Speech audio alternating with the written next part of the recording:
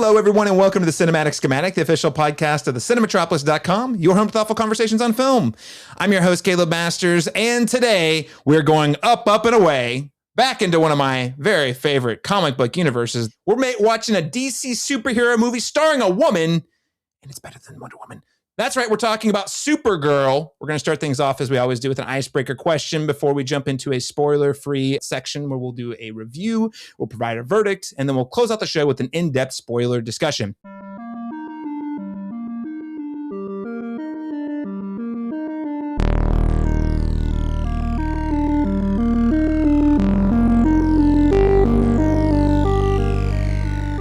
Joining me today is my co-host. I would say he's the crypto to my Supergirl or Superman, but let's be real. He's the real MVP here. Laron Chapman, award-winning Oklahoma filmmaker. Welcome back to the show, sir.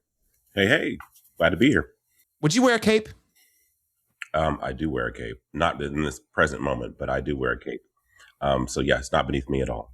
Not beneath you. Okay, I just want to make sure if we're gonna do like the crypto superhero thing, I wasn't sure if you stuck to the Incredibles philosophy there of the no capes rule. Okay, very good, very good. Well, Laron, I love DC characters. I have read a lot of comics, but I would not call myself the foremost expert on things unless you're talking about the animated series from the 90s. I do have a lot of knowledge about those, but otherwise, I thought we should really bring on a couple people who know a lot more about this than we do. We'll bring back one of our foremost comic book experts. She's been on a number of episodes with us at this point. Most recently, The Bone Temple, one of my favorite movies of the year. Jada, Merritt, filmmaker, DC comics aficionado. Welcome back to the show. Hi. Cheers. It's not alcoholic. Sorry, Cara, but here I am. There we go. We're past 25. Yay for waters. Yay. It's sparkling water, though, so, Brought to you by, I won't say the name so we don't get taken off of the air, but yes. Brought to you by Rinrift, right? Yeah. Rinrift, exactly. The superior sparkling water, for certain. Jada, do you wear cape? I'm going Edna Mode style, no cape. It's just there's too many ways it could be used against you, so not for me. I love it. Fun stuff. Yeah, for sure. I have this discussion with my wife, like the form versus function thing, and I kind of come down on the function part being the first. And I do feel like a cape, while it would look really cool, it might not always be practical. So I think that's a smart call. Very excited, though. We're also joined by another DC expert, and he and I go way back in the day. He is again an avid DC aficionado. He is also one of the foremost, greatest history teachers in the United States of America, or at least the history teachers I had. Take that, Doug Lebin. B3 History Studios on TikTok. Shawn Curtis. Shawn, welcome to the show. Yeah, take that, Doug Ledman. Also, Kroger sparkling water, because I'm way past the age of all of you. So there was a period in this podcast where we always drank on that when recording, and I think we're firmly past that era at this point. It's literally keeping me from turning to dust. Shawn, really excited to have you on. Again, you and I have gone way back. You were educating me, slipping me DC Comics way back in the day. I think I was still in high school when Watchmen came out, and we had some really at least educational conversations about that for my money. So really glad that we could bring you on to talk about Supergirl. But before we get to any of that, listeners, viewers, we are now on YouTube. You can check us out, subscribe on YouTube if you want to see our beautiful faces, because who doesn't want to see that? You want to see us wearing our capes or no capes. And if you want to do that, you can head to our YouTube channel at the Cinematropolis, subscribe, like the video, comment. A great way to get us seen by more folks. Or if you're listening as a podcast, we're also as video on Spotify, by the way. But you can head to Spotify, Apple Podcasts, subscribe there, and give us a rating or review. It would help us go a long way. Shawn, I forgot to ask you a very important question before we get to the icebreaker, which is cape or no cape? Oh, geez. As a high school teacher, definitely not a cape, because I barely get away with the days where I would wear sandals without socks and get made fun of or picked on. If I want to make it out of the school day alive, no cape. No cape. Plus, they'll probably figure out something to do with the cape, and it won't be pretty. And I have to survive the 8 to 3. I like it. So, Laron, of course, you are naturally the fashionable one, and the rest of us are practical. Shawn doesn't want to get shoved in the locker. Jada doesn't want there to be some sort of wardrobe malfunction. And for my money, I just am too lazy to put it on. And I just want to train all the way down the hall. It's just to each his own, I guess. Guys, we're here to talk about yet another superhero movie. Laron, you and I don't even talk about every superhero movie, and yet it still feels like we talk about superhero movies a lot. We can't not.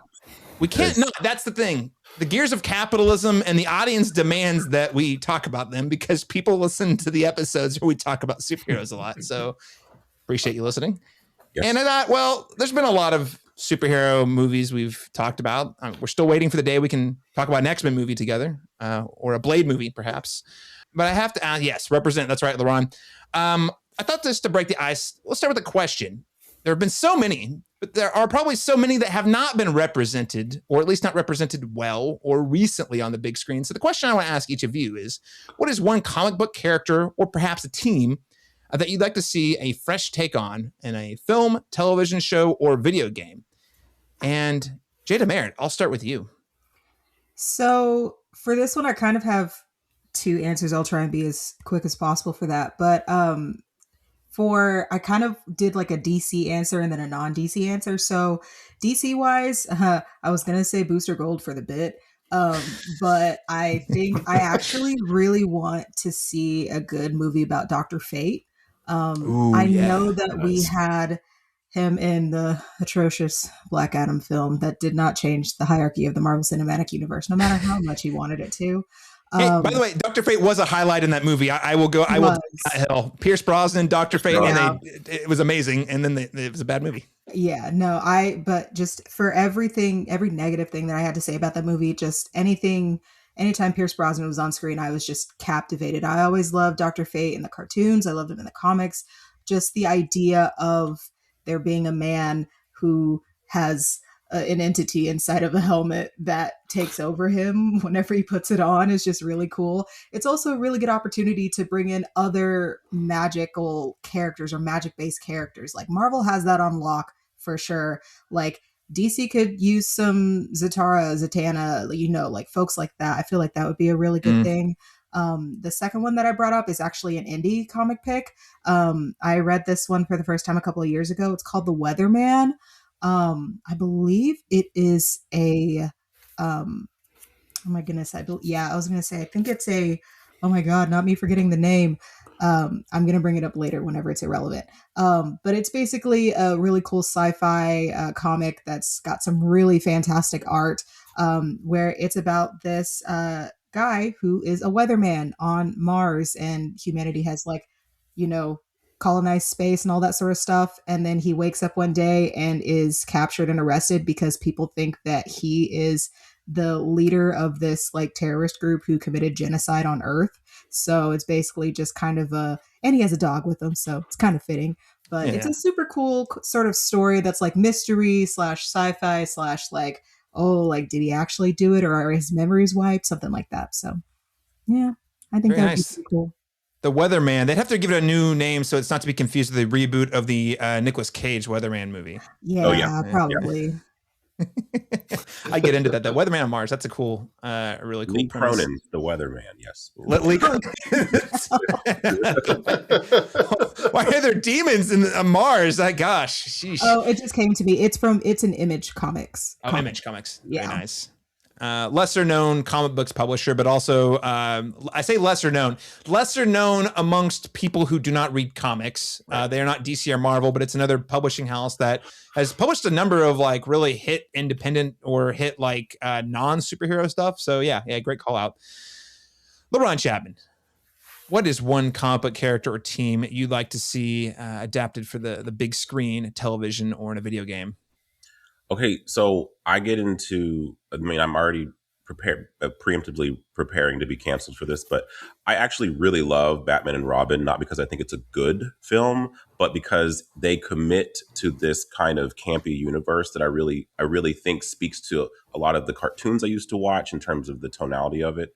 But I still feel like we haven't really gotten a proper Mr. Freeze or Poison Ivy, you know. So I would like to see like a dark-sided, like actual, not Arnold Schwarzenegger. It basically is what I'm saying. You know, not whatever the hell that was, but you know, like all the praises go to, you know, Uma Thurman as Poison Ivy, because I think she just retroactively was everyone's crush at that time, regardless of gender. If they weren't before the movie, they certainly were after the movie. They certainly were after that, absolutely. But I think Mr. Freeze is an interesting character, a very tragic character, and I think that that there's opportunity for some pathos there. I think it would be really hard creature design wise. Like, I don't know how they would construct that in a way that wouldn't come off as garish or cheesy or what have you. It would be a challenge for sure, but I think if it was done right, I think the meat of the story with that character is very interesting, and I'd like to see a version of that, you know, reintroduced. And that's obviously in the DC world, but. Yeah, no, I think that's a great call out. That was actually one I didn't roll with. It was on my short list though. So for listeners, if you haven't, if you're not familiar with Mr. Freeze, you've only seen him in that movie, go check out Batman the Animated Series, the one listed on HBO Max once again. Heart of Ice under Batman and the Animated Series. You want to watch that one. Before the most recent, the Batman, my answer would have been the Penguin, you know, because I would have thought, there was an opportunity. I think at one point, was it Philip Seymour Hoffman was being touted as maybe a potential candidate for that. I think he would have been great as that character. But we've now gotten a really great Penguin and a television series along with it. So I've moved on to old Arnold, like trying to take the mantle from that particular one and see like what we could do. Because I think even in that really campy version of the movie, the story was still very compelling. His story was still very compelling. So, yeah, great pick, Mr. Freeze. Let's give him another role, guys. I'm sure we had Jim Carrey's The Riddler, and for what it was totally fine at the time. But then we later got Paul Dano's The Riddler and the Batman, and that was pretty exceptional stuff. So let's get that new take going.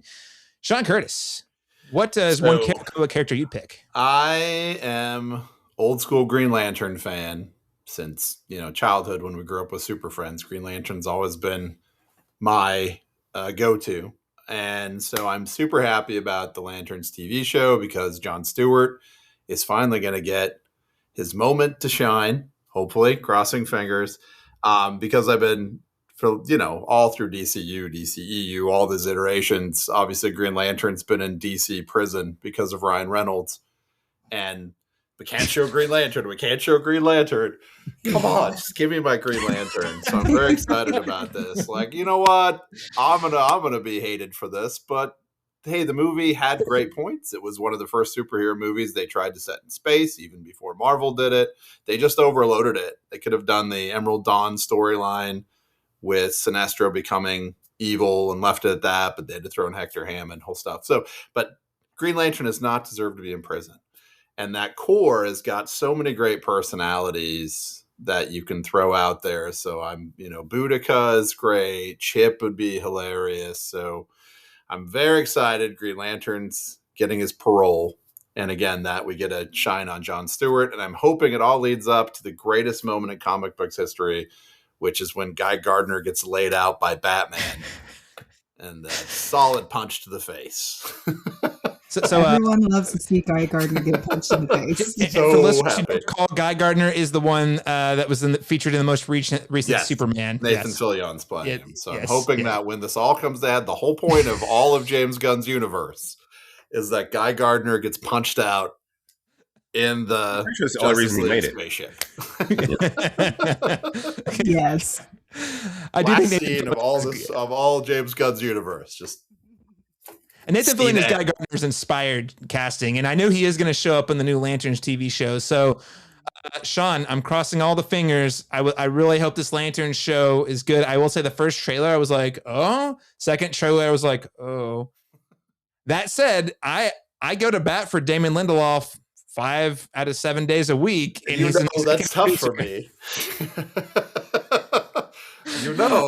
Our age-old fight over the end of Lost will always permeate our relationship. Terry McGinnis, Batman Beyond. Again, I am a millennial through and through. I love Batman the Animated Series. I've already, mention that. The follow-up series, Batman Beyond, which is when you think about it in the context, is a wild follow-up series. You're like, oh, we're going to have an old school timey Batman movie that's set in this like weird noir universe where they're still driving like old cars and like using Tommy guns and stuff.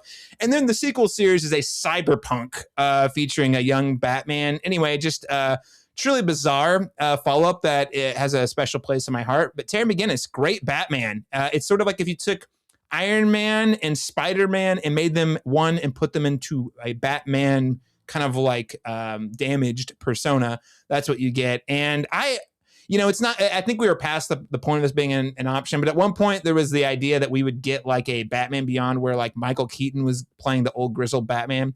Old grizzled Batman sits in the Batcave and sort of like talks to Terry all the time and tells him what to do. And anyway, I would love to see that represented on the big screen somehow.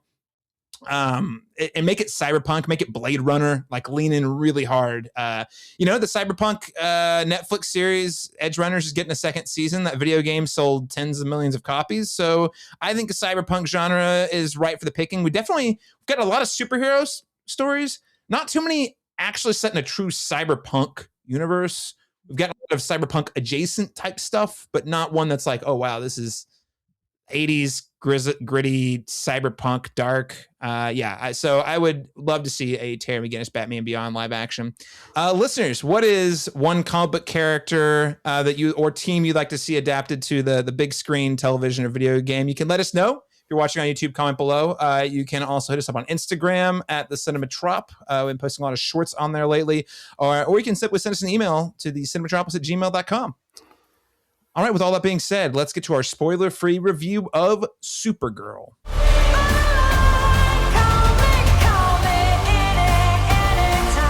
According to IMDb, Supergirl is described as Kara Zor-El, aka Supergirl, joins forces with an unlikely companion on an interstellar journey of vengeance and justice when an unexpected adversary strikes too close to home. Journey of vengeance and justice. Can those be the same thing? I don't know. We're going to talk about that. A few fun facts about Supergirl. This is the second film in James Gunn's DCU that kicked off last year with Superman, starring David Corenswet as Superman. Both of these films are also set in the larger Chapter 1 of the DCU, known as Gods and Monsters. This film was written by Anna. I'm going to say, sorry, Anna, I hope I'm not butchering your last name. Anna Nogueira, and directed by Craig Gillespie. Anna's less known. Craig Gillespie, you definitely recognize his work. Most notably, he got a big boost with Lars and the Real Girl back in the day. I, Tonya, Cruella, Dumb Money, and my personal favorite, the Fright Night remake, which is very underrated, by the way. This film stars Millie Alcock, most well known for House of the Dragon as Kara Zor-El, Eve Ridley as Ruthie Knoll, David Krumholtz, didn't know he was in the movie, as Zor-El, Jason Momoa as Lobo, and David Corenswet as Kal-El Clark Kent Superman. I believe, and either the listeners or anyone else on the panel can correct me, this is the first actor to cross over from the DCEU as a completely different character. We had John Cena, who crossed over as Peacemaker on the television show, but he is still playing the same character. Again, if I have missed someone, please let me know. Supergirl is budgeted at an estimated $186 million, and not great news as of this morning. Its opening weekend, it underperformed considerably, debuting at a disappointing $38 million from 3,600 North American theaters and $68 million globally. Just for context, that's only $8 million more than the He-Man movie that came out a couple weeks ago, and that was considered a massive flop, sadly. Now, this film is largely based on, pull it up for the photos. We've all got copies. This is based on the 2021 to 2022 comic book miniseries Supergirl World of Tomorrow. This is one written by Tom King. My copy comes courtesy of Alex Palmer, who guested on our Superman show last year. So that is a little bit of Supergirl.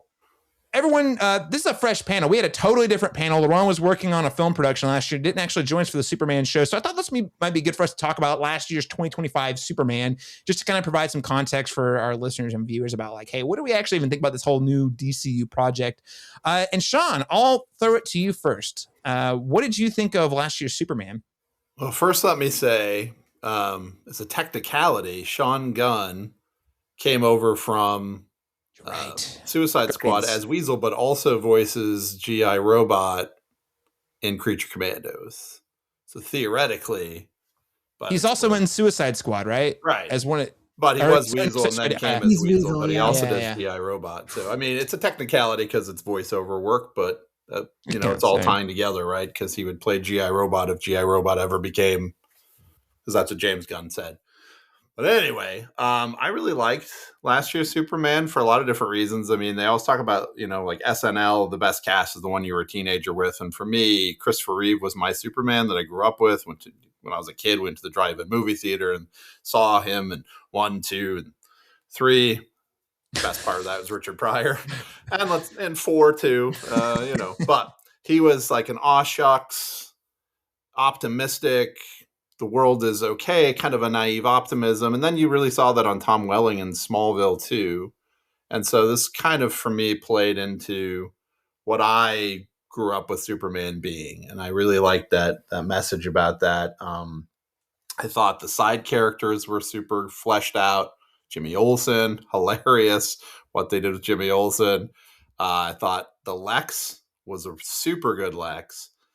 Just all around, I thought it had a great message. I thought it was timely in the sense of impending genocides and where Superman would take a side, which always leads me back to my favorite kind of one-off, which is Red Son. What if Superman had fallen into the Soviet Union instead of the United States? And, that kind of so I guess overall, it really plays into a really great message of nurture versus nature, which I thought was good. And I thought also played in Supergirl and two different kind of mirroring of each other. So I liked it. Mm-hmm. Very nice. All right. So Shawn comes down pretty warm on last year's Superman. Jada, what did you think of Superman? It's probably in my top 10 favorite movies of last year, truthfully. Just because there are a few like superhero movie moments that I starkly remember from like being really, really small, like single digit days. One of them was Tobey Maguire's Spider-Man. Another one was Halle Berry's Catwoman. Oh no. And then another one is actually Brandon Routh's Superman. That Superman Returns is the first Superman movie that I watched because it was on TV. I just distinctly remember seeing like the bullet like go to his eye and then like crumple, and just that was just so cool to me. Obviously, I later on watched the Christopher Reeve films, but I really think that that film last year really lit up a spark of hope in me that I hadn't really had previously, just because the world is so bleak and dark right now, even with all of the, entertainment that we have, and, the good things also come with the bad. But I think that last year's film, because a lot of the superhero films that we're getting nowadays, like it's cool to be snarky, to be dark, to be quippy, to be cynical, to be very negative. That is kind of the first one where I sort of saw Kal-El, Clark Kent, as someone who says, no, being kind is the way to go, even if everyone else is telling you like, no, you should be cynical, or no, you should expect bad things. I just found it really emotionally moving for me that he was just like, no, being compassionate is what makes us human. Being kind is what makes us human. And I just love that. Also, Rachel Brosnahan, her Lois Lane is so great. So good. Her pushing him, her interviewing him, and just being like, hey, you want to tell me about this? Just that whole scene. One of the best scenes is, top 10 movies are also my top 10, but also that scene in particular was such an incredible, like, just Superman scene that I think played really well on the big screen, and also kind of helped people who maybe have been, historically, I think a lot of people are skeptical of Superman because he's too boring. I think kind of like walking people through like what it is about Superman that actually is really interesting and compelling, all in like one just simple scene between the two of them was really well done. Anyway, I didn't mean to cut you off, but yeah, A+. Mm-hmm. Yeah. Ron Chapman, what did you think of Superman? Yeah, I was also actually a big fan of it. I think it kind of accomplishes a couple of things. I think Jada, you kind of alluded to it. This idea of hope and the way that it, but I think it's working both within the context of the narrative, but also just in society in our world. Like it kind of has, and I think the best cinema has the ability to to kind of penetrate that wall between those two. And I felt like it did a really good job of kind of reinstating again what this character's always was meant to represent. And which is interesting is that any criticism that the film got was that he was doing exactly what this character, you know what I mean, always kind of stood for. I thought that the optimistic aspect, the aspirational aspect of it was very refreshing in a world of cynicism, and I felt like it managed to talk about a lot of very timely things in a very topical way. So provided a lot of great social commentary. And then I thought David Cornsweet and Rachel Brosnahan had a really, really, really dazzling, chemistry with one another. So they were very pitch perfect, I think, in many ways. So there were a couple things with the film in general that just structurally had some issues with, but overall, I felt like with the onslaught of films that we've gotten up to that point, this felt like a bright spot, not just for again as giving a warm hug and towards the audience, but also what the state of these type of movies are and what they can be and what they can represent. And so I thought it was a good beacon for that.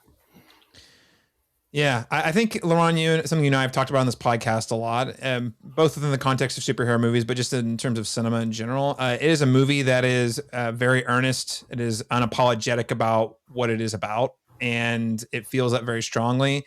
And it was great to see, I think, Jada, you talked about this too, like instead of being snarky or cynical or, even I mentioned He-Man a minute ago, being almost ashamed of the lineage of Superman. It said, nope, this is Superman. He's a Boy Scout. And here is why that's really important, but also a lot of fun. And listeners can go and check out our Superman review we did last year. I won't repeat too much myself. I think you guys have all summed up pretty well why I think it works exceptionally well as a movie. But just to boil it down at the end of the day, I think it's that it inspires all of us to want to be better humans towards one another. It inspires us to hold the people in power more accountable.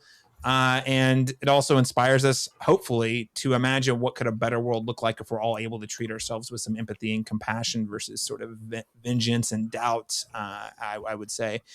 And also, as a huge fan of the character Lex Luthor, also big Smallville head here, I thought Nicholas Hoult did an incredible job as Lex. And they finally got a movie. Sorry, Shawn, not to knock the Christopher Reeves movies, but because they're not bad, but the dynamic I grew up with in the animated series between the two of them, this character who represents salty their farm boy who just happens to have this incredible power butting up against this billionaire who is actively trying to control everything. I thought the way they were able to really dig into what is it about both of those characters that makes them tick and make them compelling foils to one another. I thought it did that exceptionally well as well. Yeah, I mean, you all grew up in the era after the comics changed Lex, right? From being the Gene Hackman-y types Lex to the Nicholas Hoult types Lex. So yeah, everybody did.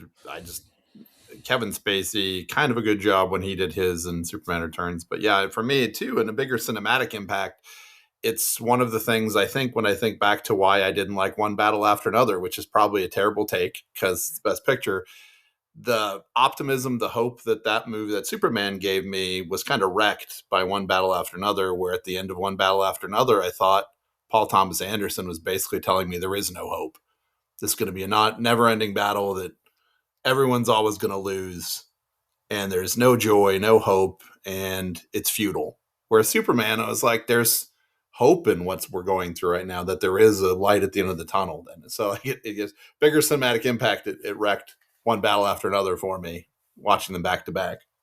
Yeah, I think David Cornsweet's Superman is probably one of the first ones that I can really feel embodies the phrase truth, justice, and a better tomorrow. Mm-hmm.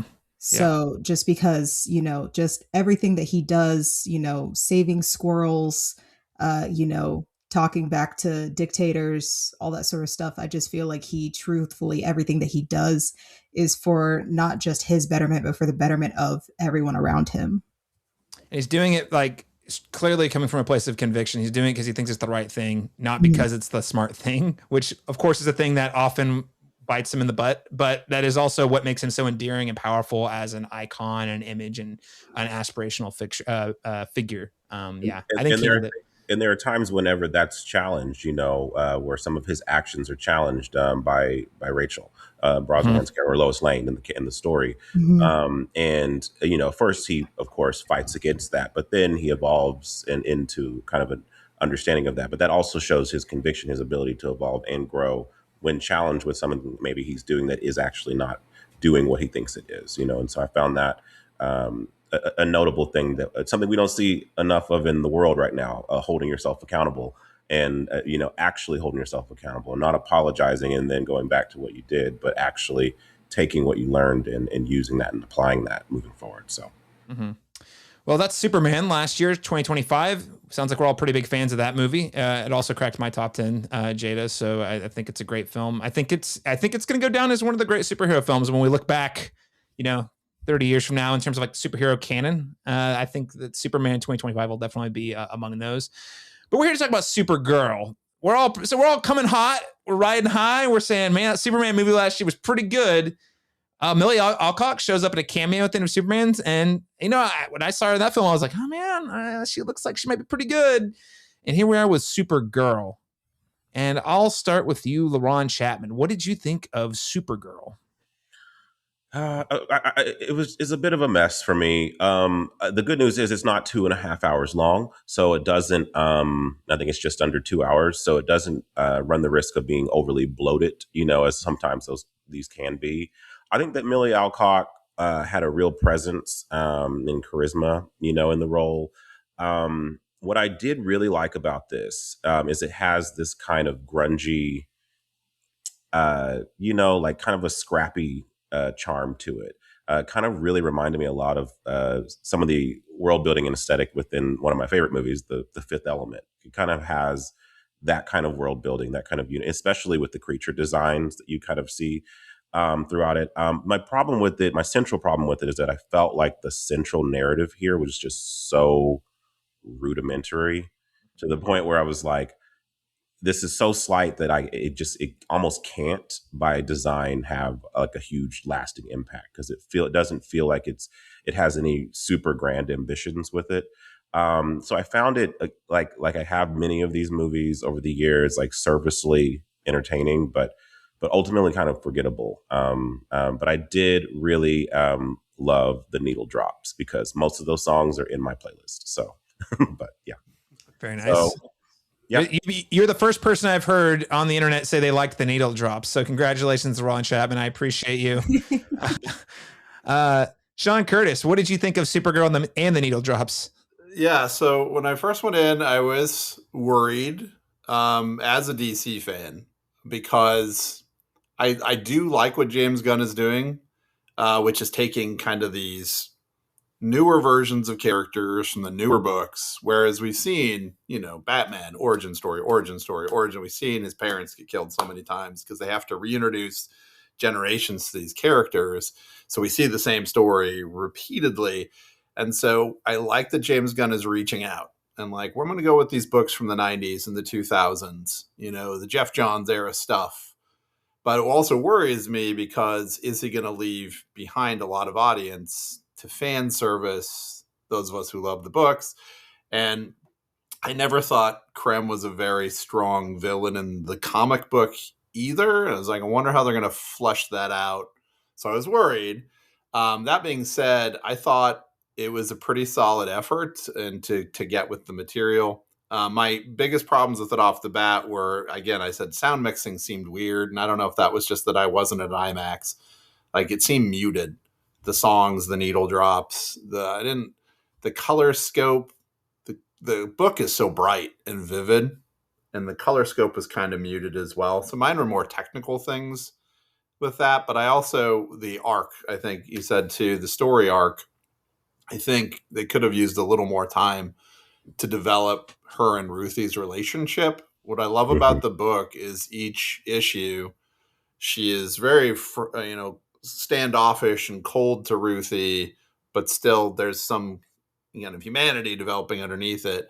And then as they go along, they learn to develop together and develop that kind of you rely on me, I rely on you relationship. And it's from Ruthie's point of view, which obviously they couldn't do in the film either, which is interesting. So I think they could have spent a little more time developing them coming together as friends. It felt a little rushed. Like, oh, now we're friends. Now I'm okay with you. The arc wasn't there. Like, it was surface level stuff, and I missed that arc. And I think they could have done it. I was thinking, what could they have done in certain ways? I think I love the stuff on the bus. Yeah. And that's so great in the comics too. I think they could have used that bus more. So they go to a planet, they ride the bus. Oh no, we're back on the bus. We're in comedy relief time. They go to another planet, then they get back on the bus, and oh, we're back on the bus. You could have done needle drops on the bus and just used the bus to segment out the planets as it was. I understand time-wise and stuff, and they also had to fit in Lobo and things, but I was just, I wish there was more. Did they have to fit in Lobo? Did they have to fit in Lobo? So I was reading about it, and Tom King originally wanted Lobo in the book, and there was an original plot, so they wanted to put it back in. Now, I'll say this about it is I'm hoping, and James Gunn, if you're listening to this whatsoever, that Lobo plays a role in Lanterns. Because I thought, gosh, this is a perfect moment to have a character that's developed that you're going to then pilot into being a constant source of conflict in Lanterns as they travel through the universe. And just have Jason Momoa pop up in places and just be kind of that foil to their energy. So I did that. So those are kind of things I had a problem with. But once I put it aside as a superhero story and saw it, well, it's not really a superhero story. It's more of a coming of age story. I did like that stuff. I liked the stuff on the planet with her parents. The backstory that we don't often see was nice. I thought Millie Alcock and Eve Ridley, phenomenal job for what they had to carry through that. The costuming was great. I love kind of that Star Wars cantina vibe that was there. I did like most of all that there's a developing conflict that I see coming with the lightness and the darkness of Kara versus Clark. What she's willing to do versus what he's willing to do. And I think in the future that may come to some sort of head, which again goes back to my thoughts on why this is really a story about nature versus nurture and the kind of things that we do to deal with our processes. So I did like that. I like what she did versus what he did. I like that they kept interjecting him into that. So that stuff was really good. And I think that's pretty solid. I just missed that arc that the comics had. And I understand they had to cut for time, but it would have been nice. Deflated a little bit of the character, but I think you're right. The we'll drill down a little more on this in a second, but the comic definitely seemed like coming from Ruthie's point of view helps you get inside her head a lot, which makes it makes it easier to buy stuff that's a lot harder to adapt in shorter form on the big screen to have those like meaningful connections. Jada, what did you think of Supergirl? Okay, I have quite a few complicated thoughts on this. So overall, the movie's okay. It's fine, it's cool, but that's also precisely my problem with it. Just because it's, technically it's really great. There are some really great choreographed fight scenes and stunt sequences in this film. Like really wonderful action sequences. Millie Alcock, obviously, absolutely fantastic. I really don't think there's a better version of this version of Kara, because there have been previous ones before. Everyone likes to trash on Melissa Benoist for the Supergirl show, but I'm like, that's kind of a different era of what they thought Supergirl was. For this version, I think she's absolutely perfect. The rest of the movie is kind of bland in comparison. Like, they take a lot of concepts and a lot of sort of story points, and then they don't go any deeper than just the introduction and then move on. Introduction, move on. It's just really more disappointing than anything for me. And then, not to knock on the writer, but this is her very first feature film ever that she wrote. which I think is kind of a detriment. I did read an Entertainment Weekly article that she wrote where a lot of her explanations for why she changed certain things from the comic is just like, I don't really know how we could explain that. It's just, I feel like this wouldn't really make sense. And I'm like, you're writing a film about a girl who can shoot lasers out of her eyes. You don't need to explain anything. Like, what? What are you talking about? It's just, I don't know. I think it's really sort of a sign of just more of an overarching problem in the superhero genre in general, especially where women are concerned, where they don't want to take risks for fear of alienating their audiences. We can talk more about that in a bit, but another thing I did like, I think the best portions of this film are the stuff on Krypton and Argo City. Like Krypton, I think more than ever has felt like a real civilization with cultures and customs, and they use a lot more of their language. Shout out to David and Jesse Peterson, who invented the language and were consultants on this film.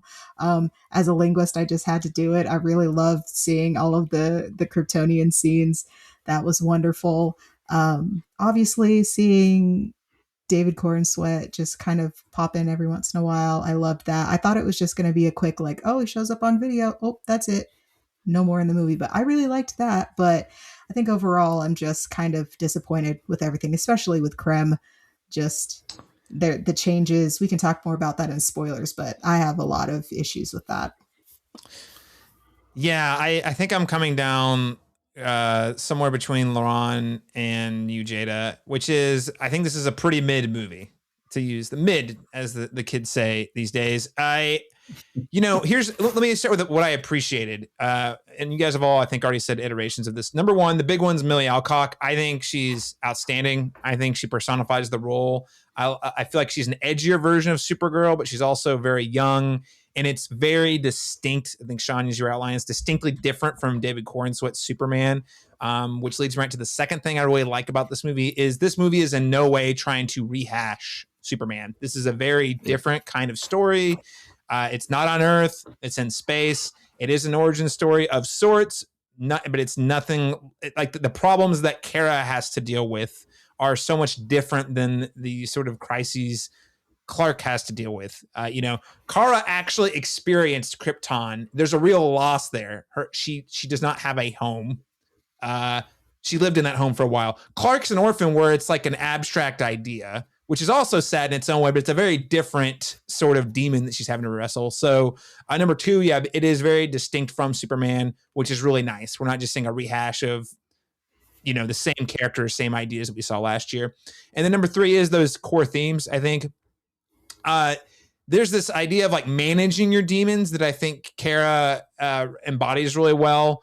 She's still carrying around the scars of like, I lived on Krypton. I had a family. I saw them all die as I got shot off to Earth, not knowing where I was going, that sort of thing. And throughout the movie, and we'll get to it in spoilers for sure, we see her sort of, the alcoholism is sort of like a way for her to hide from said demon. But I also don't think that the movie by the end is like, yep, you can vanquish your demons. It's easy. Once you're done, move on with your life. You're good to go. It's really more about like, okay, this is the thing I have to wrestle with. How do I live by these values I know are true while also still having to deal with the fact that there's these things that I am personally struggling with or I'm angry about or what have you. So I saw it, instead of a story more about vanquishing demons, as more as managing demons, which I think for most adults, at least, is probably going to be a lot more relatable than, just simply it's a one and done. So those are the things I really liked about the film.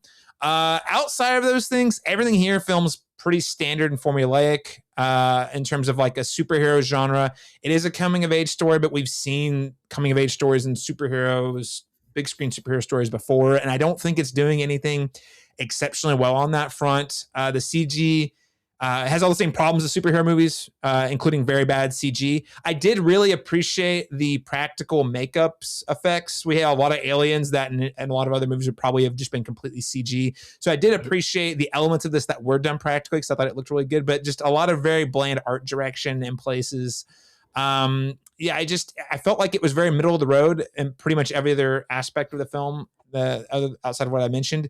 And in 2026, I just don't know if that's acceptable anymore. Like it's the most offensive thing you can do is be boring. And I think this movie teeters on, yeah, there's some cool stuff here, some cool ideas, but the way it's all executed and done feels very, just kind of like it's going through the motions. And I just don't know that, we've seen so many superhero movies that really holds up. And for a character like Supergirl that I love, and really value the fact that she got her own movie finally, it is like Jada said, kind of a bit of a disappointment on that regard. Let me jump in too. Yeah. Sorry, and I want to defend the needle drop as well. I'm going to side with the needle drop too, because everything I was reading online was like James Gunn has his hands on this, and he James Gunned it up, and it's got these James Gunn moments. But I love the needle drop precisely because it goes against. I know James Gunn had his hand on the soundtrack, and James Gunn is going to come in. He's going to come in with Beastie Boys Sabotage. He's going to come in with those big rock songs, and instead came in with this acoustic version of The Middle. I think that's beautiful. And I think if Marvel wants to stand in solidarity to really put down the online anger, they should go back, re-edit all what they've got on print right now for Spider-Man and take out all like needle drop rock songs and just put in Lilith Fair soundtrack songs and make their heads explode. I think that's what it was. It wasn't that the music was so the antithesis of what I would think would be in this kind of movie. So that it was kind of refreshing to see something different. I was like, this doesn't feel not connected to like maybe like what she would listen to, like because a lot of them were super femme songs, so and I was like, oh, this is like my feel good playlist or my sads playlist, like on the like my melancholy playlist I should say. And I was like, so that feels that was kind of refreshing that we didn't get these obvious like you said, it's like not just Captain Marvel playing "I'm Just a Girl." Yeah, right. Exactly. So that they felt kind the of first Suicide Squad, where it's just needle drops all the way down. Talking about how I'm a bad guy. Ugh, jeez. Exactly. Yeah. No, okay, that's a fair point. I actually didn't. Oh, go ahead. I would have needle dropped in Lauryn Hill's Jerusalem and just called it a day. Yeah. I honestly didn't feel that strong about the needle drops either way. It is a thing we've seen done before, especially by James Gunn. But I think it's also worth calling out. This is a Craig Gillespie film. Mm-hmm. Craig Gillespie, also a big fan of the needle drops. Go watch Titania. Go watch. I mean, Cruella has so many needle drops. Dumb Money. I like all those movies, by the way. But he is very much a needle dropper in every sense of the word in all of his films. And I usually don't mind it. And I thought it was totally fine here. Yeah. It's not really novel, but I think you're right. The choices are probably the more novel component here, just to call out. Now, Jada, you have, you went up to me and Shawn here. You got the deluxe edition of the comic, that this film is based on. And maybe you could elaborate here for us and then Shawn kind of chime in. But like Jada, how well do you think this movie adapts said comics, Supergirl, Woman of Tomorrow? I think before I get into the story points, I think the live action look of this film is kind of almost like a gray blob compared to the comics, which I mean, obviously art cannot always be imitated in real life. Just you felt the different sort of vibe of each planet and each galaxy as they would travel through them.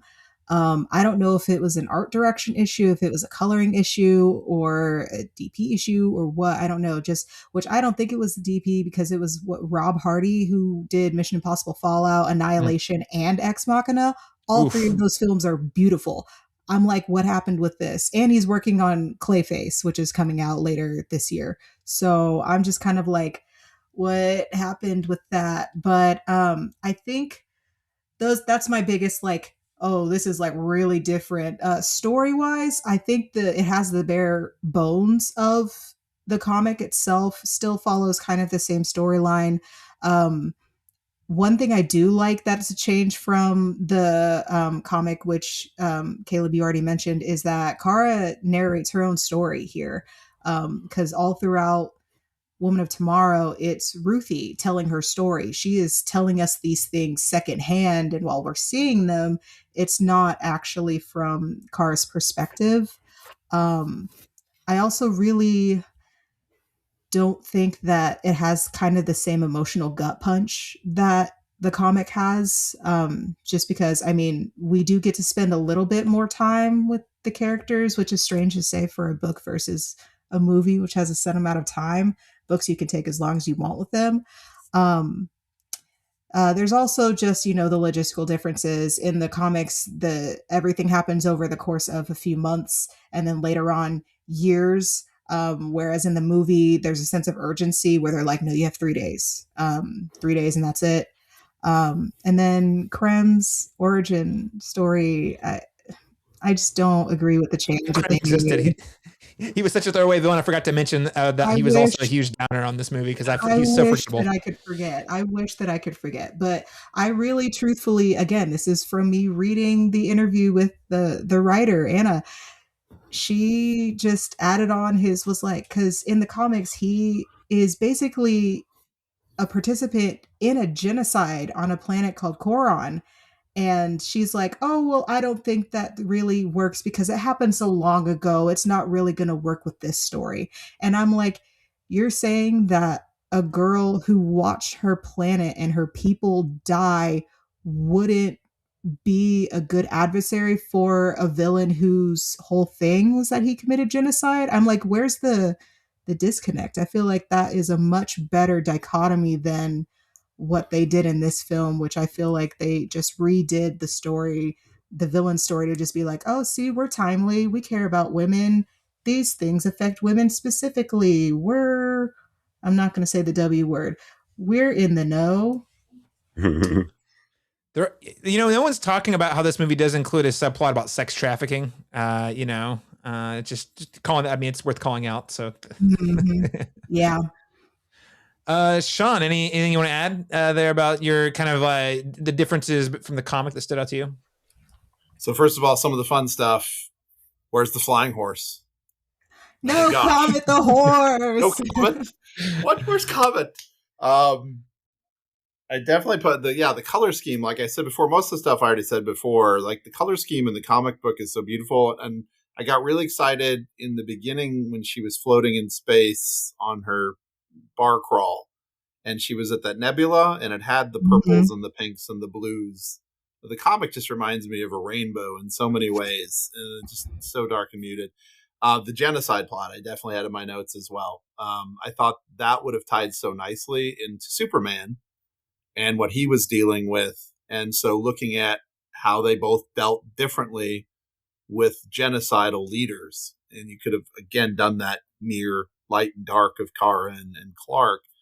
And I really liked that sequence too, because it really dealt deeply with race and why the genocide happened, and removing that takes away that storyline, which again goes back for me for Green Lantern. One of my absolute favorite moment in Green Lantern comics was the Denny O'Neil, Neil Adams Green Lantern, Green Arrow series.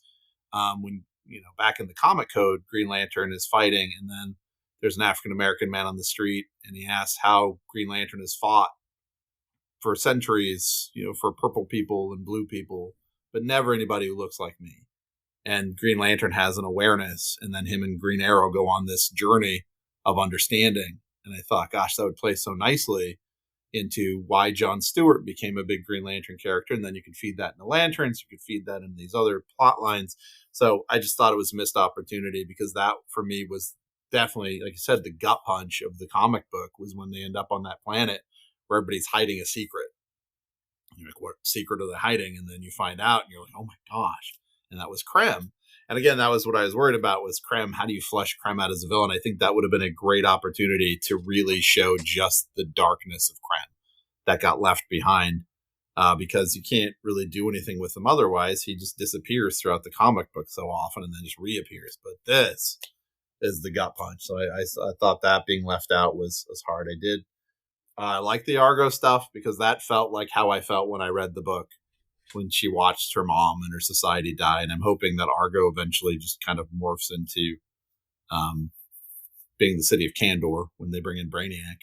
But so let's go. And then Brainiac finally happening next year, 2027, the year we finally get a big screen Brainiac. Every year we get closer to Bizarro. We'll Bizarro Superman. We'll get there. So yeah, I mean, that's just that. Again, I talked about it before, the missed opportunities to do comic relief on the bus.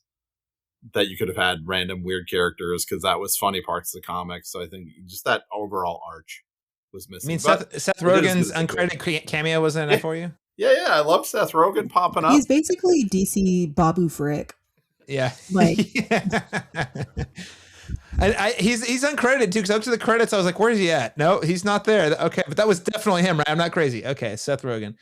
The bus thing may be inspired because I had just seen Stop That Train the day before as well. That was so funny.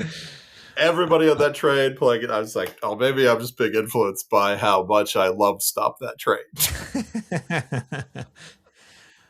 Well, something, Jada, you mentioned a moment ago that I want to chat a little bit about, and that is sort of how we compare Supergirl to previous big screen incarnations of superheroes. And listen, you know what? This might be risky coming from me. I do want to talk about the gender component here a little bit, because I was going in this movie talking to my wife, and she's like, I just want a good superhero movie about a woman that I like really love.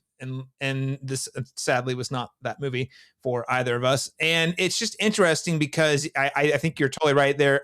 When it comes to putting women at the forefront, they play it very safe. I mean, let me kind of, like, in the last 25 years, we got the 2 Wonder Woman movies. We got Captain Marvel, got The Marvels. I guess Catwoman. Yeah, that's what, like, how many, there's not really, what am I missing? Madam Web. Wakanda Forever. See, okay, that is technically correct, but do you think they were marketing it on the fact that it was a woman Black Panther? I honestly don't remember, because I don't think they were. I don't think they did until after the film came out, because I think they wanted to keep it a secret, which that's the worst kept secret of all time. Yes, yeah. Just to be very clear, that is definitely a movie starring a woman as Black Panther. But I just remember going in, it was marketing the fact that Black Widow. Black Widow. Yeah. Madam Web. No. That doesn't count. That's not. That's not. No. Oof.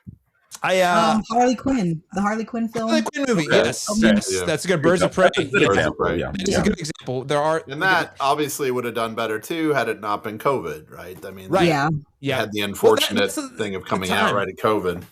It was the same with Black Widow. I'm pretty sure, if I'm not mistaken, that went straight to Disney Plus or whatever. So, and that was definitely Marvel's biggest ace in the hole. And that was, if they had released that in, say, 2018, that thing would have made bukus of dollars, and they held it until after Avengers Endgame for some reason. To your point, though, I do think that the very few comic book movies we have starring women characters have not been, there have been less risks. And frankly, I'm going to say it, most of them are bad, and I don't like saying that. Trust me, I didn't even review Wonder Woman, the first one in 2016 or whatever it was, because I was like, oh no, it's bad. But I don't want to be the person out there on the internet saying it's bad, because I want them, because you obviously, especially that one, I'm like, we need women, superhero movies starring women, to like be financially successful. So I'm like, I'm glad you all loved it. Go see it, because it needs money. But like, I actually thought it was a bad movie, and I thought the follow up was even worse. And Captain Marvel, kind of forgettable. Like, I don't know. So just in terms of, when you think about how you would compare Supergirl to, other female heroine comic book adaptations, I mean, what is your take on Supergirl? Does it nail it? Is it a huge failure? Like, how would you kind of, like, if you were to describe it in comparison to the others? Jada?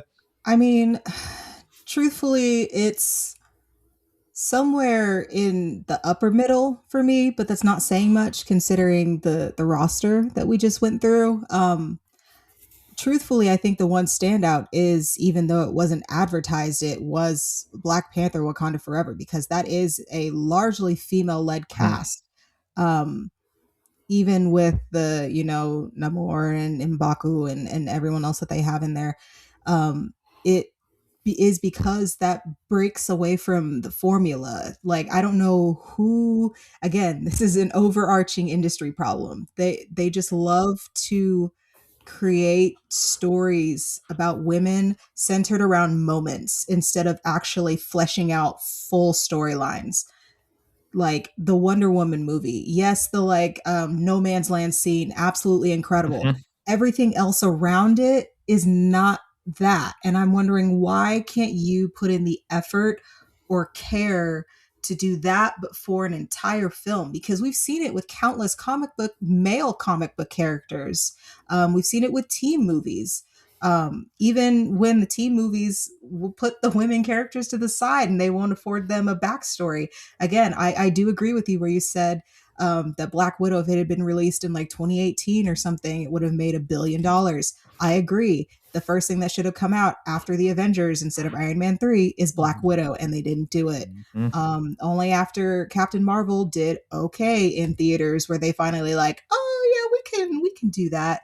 It's just this constant cycle of a problem where, I think we're past the point where everyone has to see a leading woman on screen and be like, oh, well, she has to, face misogyny, and then she has to stand up for herself and verbally tell everyone that she's facing misogyny, or she's, gonna be the big badass woman and blah, blah, blah. They're not allowing women to be complex, flawed characters, which, even with everything in this movie that Supergirl did have, that Kara had as a flawed character, they eventually basically have her shift that a little bit to be a big sister to Ruthie, which I really think kind of takes away from her agency and her ability to grow on her own as a character. Like, yes, they do affect each other, but in the comics, Ruthie ends up being the one to, talk Kara down off of a ledge at the very end, which they do the complete opposite in this movie. And I'm like,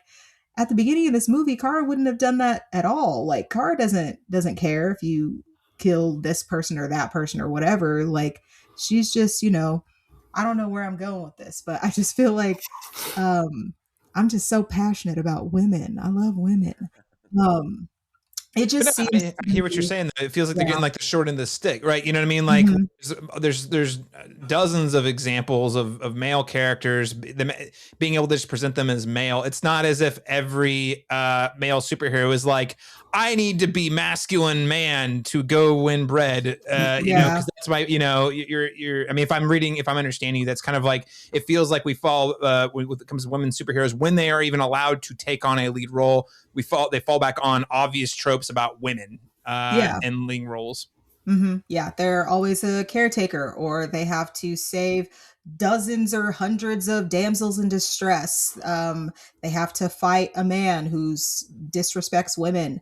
The whole thing, Dar-Ben in Captain Marvel, his whole thing was that he was so like antagonistic and very much looked down on Captain Marvel all the time. And then her big moment was her standing up and defeating him in battle. And I'm like, why?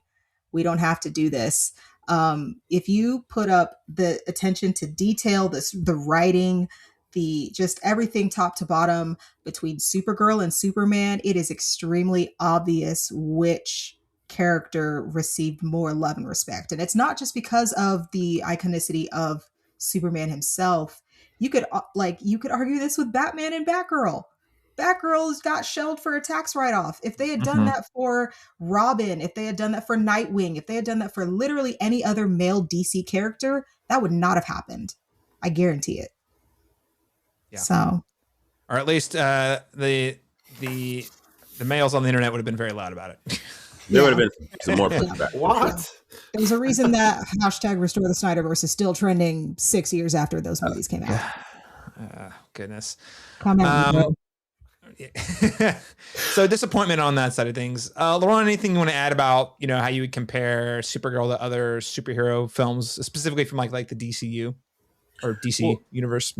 Well, I feel like there's a blueprint even outside, if you take it outside of the comic book universe. Like, I mean, one of our favorite iconic heroines on screen in the last, I guess now it'd be about 15 years, is like Furiosa. Here's a compelling female character in a very ultra masculine world that is given her own agency, given her own complications, given her own trauma, given her, so there's things to draw upon, even if it's not necessarily specifically within the text of DC or Marvel. But yeah, I mean, I feel like this movie, the universe itself, like the world itself, I can't speak to the look of it, the aesthetic that you all have brought up, in the comics, but I think that there is kind of a tactileness to it. Like I mentioned, like it does remind me a lot of the Fifth Element in many ways. Um, and I like that aspect of it, but I also felt like I agree with it. There's a drabness to that can get very monotonous over time. Like if this is what we're sticking with, you know what I mean? Like it's not it's like again, it's very garish to the eye and what have you. And but I feel like there was more interesting little tidbits or details within the world that these little snippets of interesting characters or interesting spaces in this world that we get. That none of that kind of attention to detail was in any of the actual baseline A story here, and that's unfortunate because I did feel like Millie Alcock was down to play, and she had again all the charisma, all the screen presence there to do that. But if you just have her flying around in circles, so to speak, you know what I mean? Like you can kind of see that they uh, kind of missed a really great opportunity to flesh this out and to be a really good sophomore effort to the most recently successful Superman. Yeah. I think that's well said. Shawn, bring us home on this one. Any other thoughts about how you kind of compare this to some of the previous DC projects out there? Yeah, I'd say on that, I think from that perspective, I think they were trying to break the mold a little bit. And you can see kind of them pushing the edges. Like Kara is not doing traditional, what they would consider feminine roles in movies, right? She is dealing with her emotions by going out, fighting people, getting drunk, which they also do in Peacemaker. Clark is the staying at home. Hey, get in touch with your emotions. Don't you want to come home and talk it out? And so they kind of tried to break. Like she's not dealing with a relationship that you typically see in movies, right?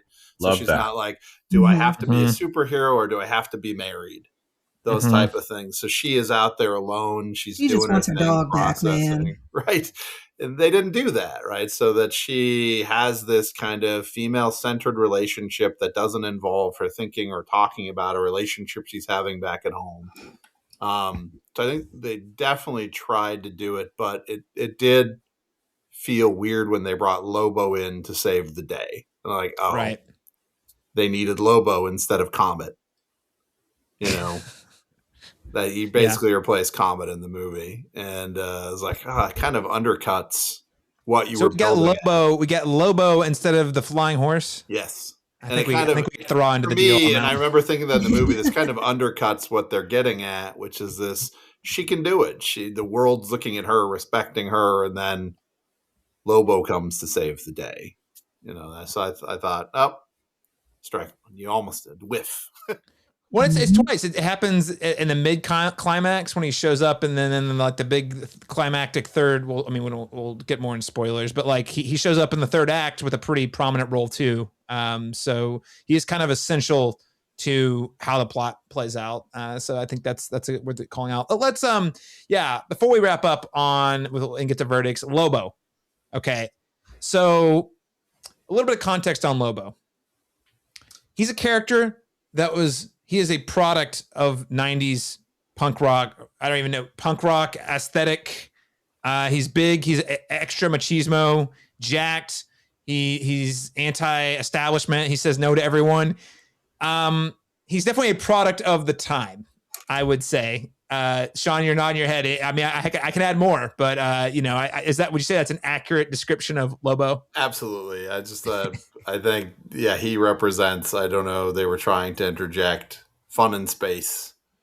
And yeah, like I said, I'm undecided about it. I mean, the feeling of him undercutting her was the thing that I felt most about it, was like, okay, well, if they're going to use him in the future, like I said, if they use him in the Lantern universe, which I think would be great, anytime they go into space and Lobo just acts as the antagonist to everything and messes with their plans, great. You're interjecting him now to interject him later.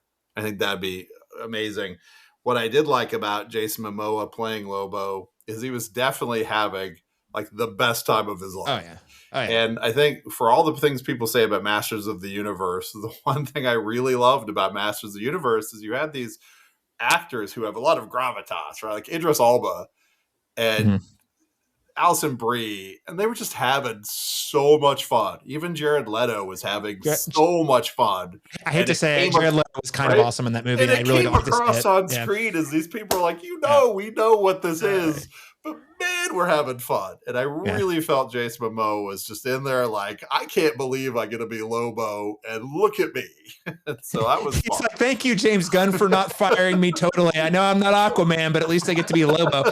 I will say, I don't know if you guys remember, there was, because it was like, when James Gunn took over, there was all the meetings he was having with all the stars of the previous movie. Henry Cavill resulted in him leaving.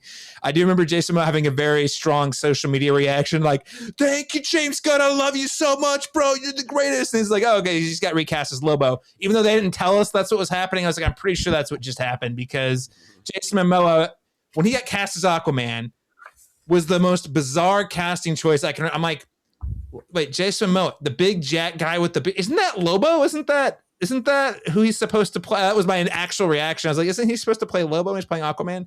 So him showing up as Lobo felt proper in that regard. I'm curious, Jada, what did you think of Jason Momoa as Lobo?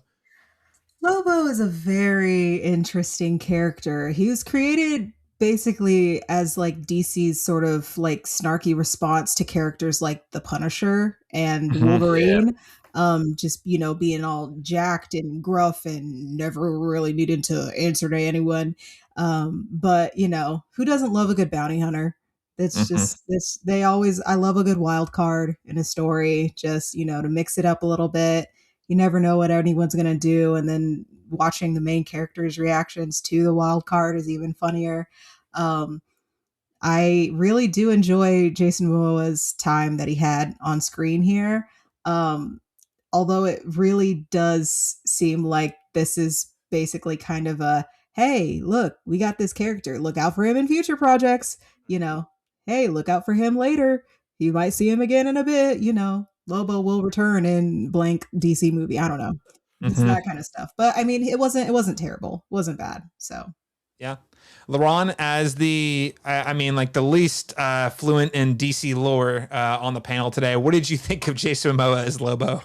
Look, I gotta be honest with you. I mean, I felt like this is my favorite part of the movie. Every time he was on screen, I was like, I'm having a blast every time he's here. But to everyone's point, I mean, I will definitely comes into question the utility of the character in the story. That was, or the lack of thereof. Like there didn't seem to be a real discernible purpose for him to be here, outside of reminding me that I was watching a much better movie than I thought it was going to. So it's like, okay, I'm having a good time again. And then he left, and I was like, oh yeah, this movie. Okay, so that's the thing, is like it served a function for me in terms of keeping me in it. Like bringing some levity to the project. But as maybe a distraction, like look over here, but I did feel like, the purpose of it did not feel organic to the story, even though I'm sure there's pinnings in there that will come up later. So yeah, I echo the sentiment with you. I think you guys nailed it. I really had a great time. I thought he was having a blast. I laughed. I chuckled. I had a big grin on my face every time he did anything. But I think he felt very shoehorned into the story, as it were. Does that mean he's a detractor? Well, on one hand, he is like one of the pluses of the movie. On the other hand, it just feels like when they were, I don't know at what point in the production, they're like, we got to get Lobo in here. But like, it felt like maybe when they were working on the script, they're like, this is missing something. We need something to like punch it up. And this is the answer. That's kind of what it felt like, because it did not feel super organic. Or like if you would cut him out, the actual plotting wouldn't change all that much. Her arc wouldn't change that much. But it was fun. Yeah, weird choice to use him as a Hail Mary at the end. Yeah. Yep. Yeah. Very. Well, what letter grade would we give Supergirl? And Jada, I'll start with you. Okay, listen, I know I've basically campaigned and talked shit this entire time. So I'm giving it an A+. I'm good. S tier. No, I'm gonna give it y'all are gonna be surprised. I'm gonna give it a B- with a demerit. A B- with a demerit. Yeah. So it's not quite C+ because it is, I think, watchable. Like I won't angrily turn it off if it ever comes on a TV. But I mean, I acknowledge my disappointment, but it is not a bad movie. It's just okay, middle of the road. Mm-hmm. Middle of the road. Okay. B- with a demerit. Shawn Curtis, what letter grade would you give Supergirl? So again, looking at it as a coming of age story that had superhero themes in it, knowing what they were trying to do, I definitely would give it a B. And I thought about it in terms of the 4 movies I watched last week, which were Death of Robin Hood, Stop That Train, Supergirl. What a triple feature. It was like a roller coaster of films for the week.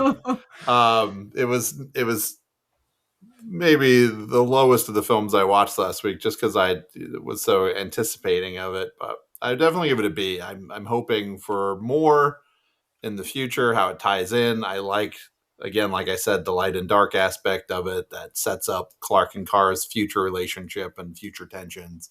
So as a world building piece and as a story building piece that's necessary to move forward, I give it a B. Give it a B. All right. Laron, Chapman? This is not offensive. I wasn't like rolling my eyes throughout the whole process. I mean, it was serviceably entertaining. I felt like it's not a train wreck that I think some of the reviews have kind of suggested it is. But it is a notable step down, though, in quality and storytelling from the most recent, very high highs of Superman. And I think that's probably what we're all wrestling with the most, is that this isn't terrible, but man, it's also not that. And it would be great if it was closer to that. So it feels just by comparison, it just feels far less urgent or necessary or in that way. So, in kind of a filler episode of sorts, and so I'm going to go with a C+. I don't have any like strong feelings about it one way or the other, but that's also kind of a problem too. So yeah, no, I hear you. I mean, especially if it's featuring a character that you really want to love. You walk away feeling like, it was just all right. Like that's not a great feeling when that's not the reaction you were hoping you were gonna have. Coming out of the theater, I gave it a B-. Again, you can check out some of these instant reaction vids me and Laron have done right after seeing a movie in a theater on our Instagram at the Cinematrop. But I give it a B- off the cuff. But after I've thought about it, I have cooled on it a little bit. So I'm going to go with a C+. I think, again, I've already said it. I think Millie Alcock's amazing. I really do want to, I think, Shawn, you nailed it. I really do want to see that relationship between her and Clark blossom into whatever positive or negative or tension-filled relationship it will on the big screen. I think there's a lot of potential there. And again, I liked the more practical sides, practical elements of the set, production design, makeup, and all of that.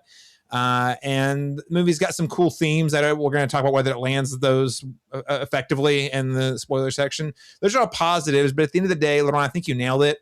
Superman was a great superhero movie. It's one I've watched probably like 6 times because I watched it multiple times in theaters. I bought the Blu-ray, 4K Blu-ray. I've watched it a couple times at home, or at least had it on while I'm doing things around the house. That's a great film. And this is an okay film. And it does feel very like MCU Phase 2. If you're thinking of Superman as Iron Man 1, where you're like, whoa, blow my socks off. That's a great movie. It did fresh things. This feels like okay, we've seen 10 more of these, and this one's not bad, but it feels very slight, feels passable. And again, for a movie about Supergirl, a character I want to love and want to see be successful, it is a little disappointing in that regard. But I do recommend people see it. I think you see it if you want to see more women in these types of roles on the big screen. I think you see it if you want to see Millie Alcock. And if you're a DC fan, I think you see it because you get to see Kara Zor-El on the big screen as well. And I think seeing Lobo is a great time. So I think there's actually a lot of reasons to say nice things, but it's going to be a C+ for me. On that note, what else would we recommend to go alongside Supergirl? Film, television show, novel, music, video game, other media? Shawn Curtis, what do you got? Talking specifically about where to see Supergirl in her, or like what else would you recommend? It could be another Supergirl story. If people want to know about Supergirl, I would always recommend, first of all, obviously reading the source material for this. I don't mind the Helen Slater movie from '84 because, again, grew up with it. It's got a lot of heart. It's got some aspects that are weird, but you should follow that up by watching Helen Slater crush it in Legend of Billie Jean. And then you can stream the CW show, which my daughter and I watch all the time, and we're on rewatch, I think, number 2 or 3 of it because it's just fun. It's got a lot of fun characters and villains of the day. And then obviously you'd want to read Crisis on Infinite Earths, which changed the DC universe in the 80s and was the death of Supergirl and how she sacrificed herself for the greater DC universe, just to really understand that she's more than just Clark's cousin. Mm-hmm. Yeah. Well said. Crisis on Infinite Earths. Good recommend there. Jada, Merritt, what would you recommend to listeners check out alongside Supergirl? I'm so excited to talk to you guys about my Lord and Savior, Invincible. Okay. Anyone who follows me for another season for 2 more, season 6. Yes. Anyone who follows me on social media, anyone who has talked to me in real life knows how much I love Invincible. Oh my goodness. Published by Image Comics. And then they've, done The Walking Dead, Kick-Ass, Saga, Deadly Class, Paper Girls, all properties which you've probably heard of before. And of course, The Weatherman. The Image Comics is actually the very first comic workers to unionize in 2023. I don't know if you guys know that. Shout out to unions. So the Invincible series is created, written, and produced by Robert Kirkman. I believe it ran from 2003 to 2016. It is absolutely a fantastic comic, a fantastic show. They got a video game now, so I'm kind of going to the 3-for-1. It starts off as like a coming of age story about this teenage boy whose father is an alien superhero on Earth, and then he develops his powers. It's basically him coming to terms with the consequences of that and other events that happen, and it just kind of blossoms and evolves into this really wonderful, juicy story. There's an overwhelming amalgamation of just really colorful, bright, vibrant, memorable characters. Can't talk about them enough. I could have an entire separate podcast episode, separate TED Talk talking about this. And then just like culturally, a lot of people compare Viltrumites to Kryptonians. Which is the race that the main character Mark is half Kryptonian, half Korean American. Not going to get into any spoilers for that because I just want you all to experience it for yourselves.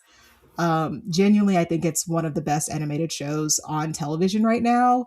They just finished the 4th season. The 5th season, it should be out, I think, sometime next year. Yeah.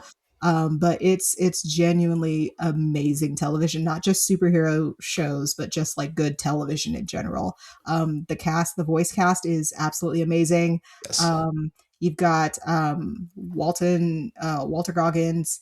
You've got oh my God, Stephen Yun, Sandra Oh. Oh my goodness, Sandra Oh is incredible in this show. She gets some of the best material, honestly. Yes, yeah, no, absolutely, and it just across the board. And then of course Seth Rogen shows up as Alan the alien, who you'll meet later in the 1st season. He's great. Seth Rogen's in everything nowadays. Like he was in The Boys, he's in Invincible, he's in Supergirl. Studio's amazing. Good work. I wasn't always a Seth Rogen same. He hustles, but he's kind of evolved into this guy that's like, okay, I guess you're cool. He's like, if you go back to the early 25 years ago and you said Seth Rogen will be one of the most powerful people in Hollywood, that's going to be a dominant force for like adapting a lot of the things you love for the big screen, I would be like, no way. I know something was different when he produced mid-90s.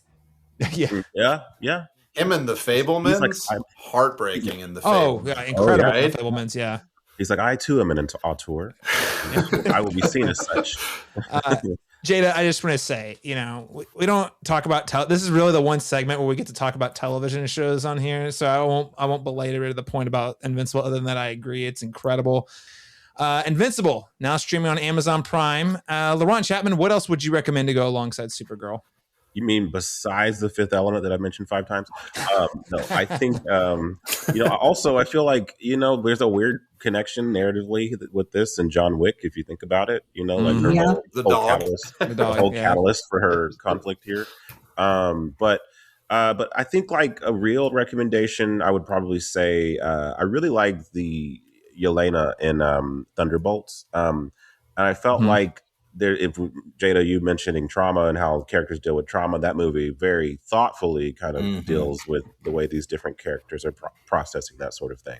So I would say Thunderbolts. So that's one of the iterations from this era of superhero movies that I actually enjoyed quite a bit for more personal reasons outside of it being part of that universe. So I think that also would be a good companion piece. Also, a really well fleshed out female character there as well. So Thunderbolt's low key. I can't believe I'm saying it. It was probably one of the best. It's at least top 3 best Marvel movies since Endgame, if not. Such a good movie to how people can deal with internal depression and trauma and visualizing trauma. Amazing. Oh, too, Supergirl. I don't want to sleep on Laura Vandervoot in Smallville playing Supergirl. Oh my gosh. Also amazing. Yes. Sorry if you're out there, Laura Vandervoot. You did a great job as well. Shout out to Smallville. Oh my gosh. I love Smallville. I got a photo of her on my phone because I did a small indie movie here with her in Oklahoma, and Guthrie specifically, a horror movie that she did there. I saw her at Cincinnati Con last year. She's so nice, so wonderful as a person. I was going to go down the Vengeful Women train, so my number 1 recommendation was Widows, the film directed by Steve McQueen, starring Viola Davis, Michelle Rodriguez, Cynthia Erivo, Elizabeth Debicki as women who are out to get vengeance against a crime lord for murdering their husbands. Also, Hannah. If you want to go look at one about a person who's sort of like trained for revenge, exploring that story. And lastly, we've already mentioned it, but very underrated DC project that not enough people saw, the Birds of Prey movie. Actually pretty good. And yes, Shawn, it came out like COVID. Right. The COVID shutdowns really killed any chance that movie had it being a hit. But it was the last movie I saw before they shut down the theaters. It was like an R-rated one, so they got to say F-bombs and be edgier than normal, and everyone. They actually had one of the directors of John Wick. I think it was still Stahelski directed some of the action scenes. The action in it was really good. Like it was a really strong outing for DC. I would definitely recommend that over either of those Joker movies, that's for sure. So there you have it, listeners. There are our recommendations, spoiler-free thoughts on Supergirl. A couple of things we want to talk about in spoilers. So if you don't want to be spoiled on Supergirl, go ahead and tune out now. Why don't you show old Lobo how classy you are? You pig! Ow! Ah! I like a babe who plays rough. Come on, let me have another. Right here. Right here. Dirty fragrant, rat fragrant. Get maintenance teams on every floor. Put them on round-the-clock shifts if you have to, but I want all repairs completed. Kill, red, frag, destroy! Immediately. This is sort of a 2-part conversation. One sort of dealing with the actual text of the film, and the second is more of the meta text. So let's number 1. This film, I thought, at least for me, I think that stuck out to you as sort of managing personal demons in the face of adversity. I already talked about this. So the film ends with Kara urging Ruthie desperately not to kill Krim, and successfully does it. And actually, I was actually pretty moved by her little speech to talk Ruthie out of doing it. She's like, your life will be the best revenge. I'm like, oh my God, that's really good. That really hits. And then she talks Ruthie away and then proceeds to kill Krim for kidnapping the dog and then doing that to Ruthie herself. And I have a lot of different thoughts because I felt like in some ways that muddied the moral the morality of the movie a little bit. I'm not saying it ruins it. I'm saying it muddies it. You have a whole movie that's talking about, hey, revenge is actually not the way to go. It's only going to cause harm and hurt and pain and all these other things. So to see your main character tell you it's bad, don't do it, it'll ruin you, and then proceed to then do it was a choice. And so, and I guess, actually, Jada, I'll throw it to you first, and then Shawn, because you guys have read the comic. What was your take on Kara killing Krim moments after talking Ruthie out of doing it? I mean, it's a complete deviation from the comic. Because like I said earlier, Ruthie is the one that has to talk Kara down from killing Krim, and Kara relents, and then she puts him in the Phantom Zone and then lets Ruthie grow up, and then she releases Krim when Ruthie is an old woman, and he's at this point been in there for about 3 centuries, and he's extremely repentant. He's like, I'm so sorry. Can you forgive me? I've thought about you all this time, da da da. And then old woman Ruthie kills him, and then they just kind of part ways. Obviously, they couldn't do that for this film, but I still think that ending that they did choose kind of shows just the contradictory nature of Kara herself. One thing I really, really enjoyed about this, just I don't know if anyone else had like picked up on this or noticed this, but they thought about it enough to put dialogue in for this. But I really think there were a lot of hints of like feuding or warring Kryptonian political beliefs, even just within Jor-El's family, because, you know, they like Kara's mother wanted to send her with her cousin immediately, but her father's like, no, we don't want her to like grow up thinking that she has to, you know, conquer worlds. We don't want her to be around that. I just found that really, really interesting. And then the speech that her mother gives her before she dies, where she's like, you don't have to be nice. You don't have to concede to anyone who tries to make you do something you don't want to do. Just be good, which I feel like she also translated as fight for good. So, you know, she's very much a like, I will do the right thing, but I will also cross whatever line I need to cross in order to do that thing. Which I mean, you know, that line wavers with the situation, and she you know carries that however she does. So, Shawn, what did you make of that? The choice of the ending? Yeah, so I think again it plays back in what I've been talking about that the choices that Clark makes versus the choice that Kara makes, and I think it sets up an interesting future because she really has a choice about what kind of person she's going to be when dealing with adversity. She has basically, she's trapped between Clark, who's going to be kind, who's going to find the ways and deal with it by finding his joy in his relationships with Lois and Jimmy, or eventually when we get Batman, she can deal with it like she did in this, which is to isolate herself like Bruce Wayne. Live in a shell of herself with constantly inflicting pain on others to not think about the trauma. And it's like, it goes back to Batman and Robin, which I think is a really good part where George Clooney as Batman tells her, right, and tells Robin, you're going to deal with, you can't do this. You're going to keep searching for more and more. And it's never going to solve anything. It's never going to take away the emptiness or something to that effect. Right. So I think that's going to be something in the future, is that she is going to continue. She's keeping this as a secret now, right? Obviously, she's home with Clark and she murdered somebody that she's not going to talk about, and dealing with constantly going out to find these ways to deal with the trauma of losing her family that could become more repeatedly isolationist and violent, or she drifts towards Clark's mentality. She'll be a really interesting wild card within the light and the dark of dealing with trauma between Batman and Superman. If we get there, fingers crossed. I also would. I guess I should have mentioned the Supergirl. I would love to get a good Batman Superman movie, but it has to be like earned and built up. And I think they're doing that right now with all the Superman stuff. We'll see what happens with Batman, but yeah, we got a long ways to go before there. But I think you're right. It does. That's the other thing, is I think Kara does provide a nice foil to Clark's underlying philosophy. I have thoughts on that, but Laron, Chapman, what did you sort of make of this choice at the end of the movie?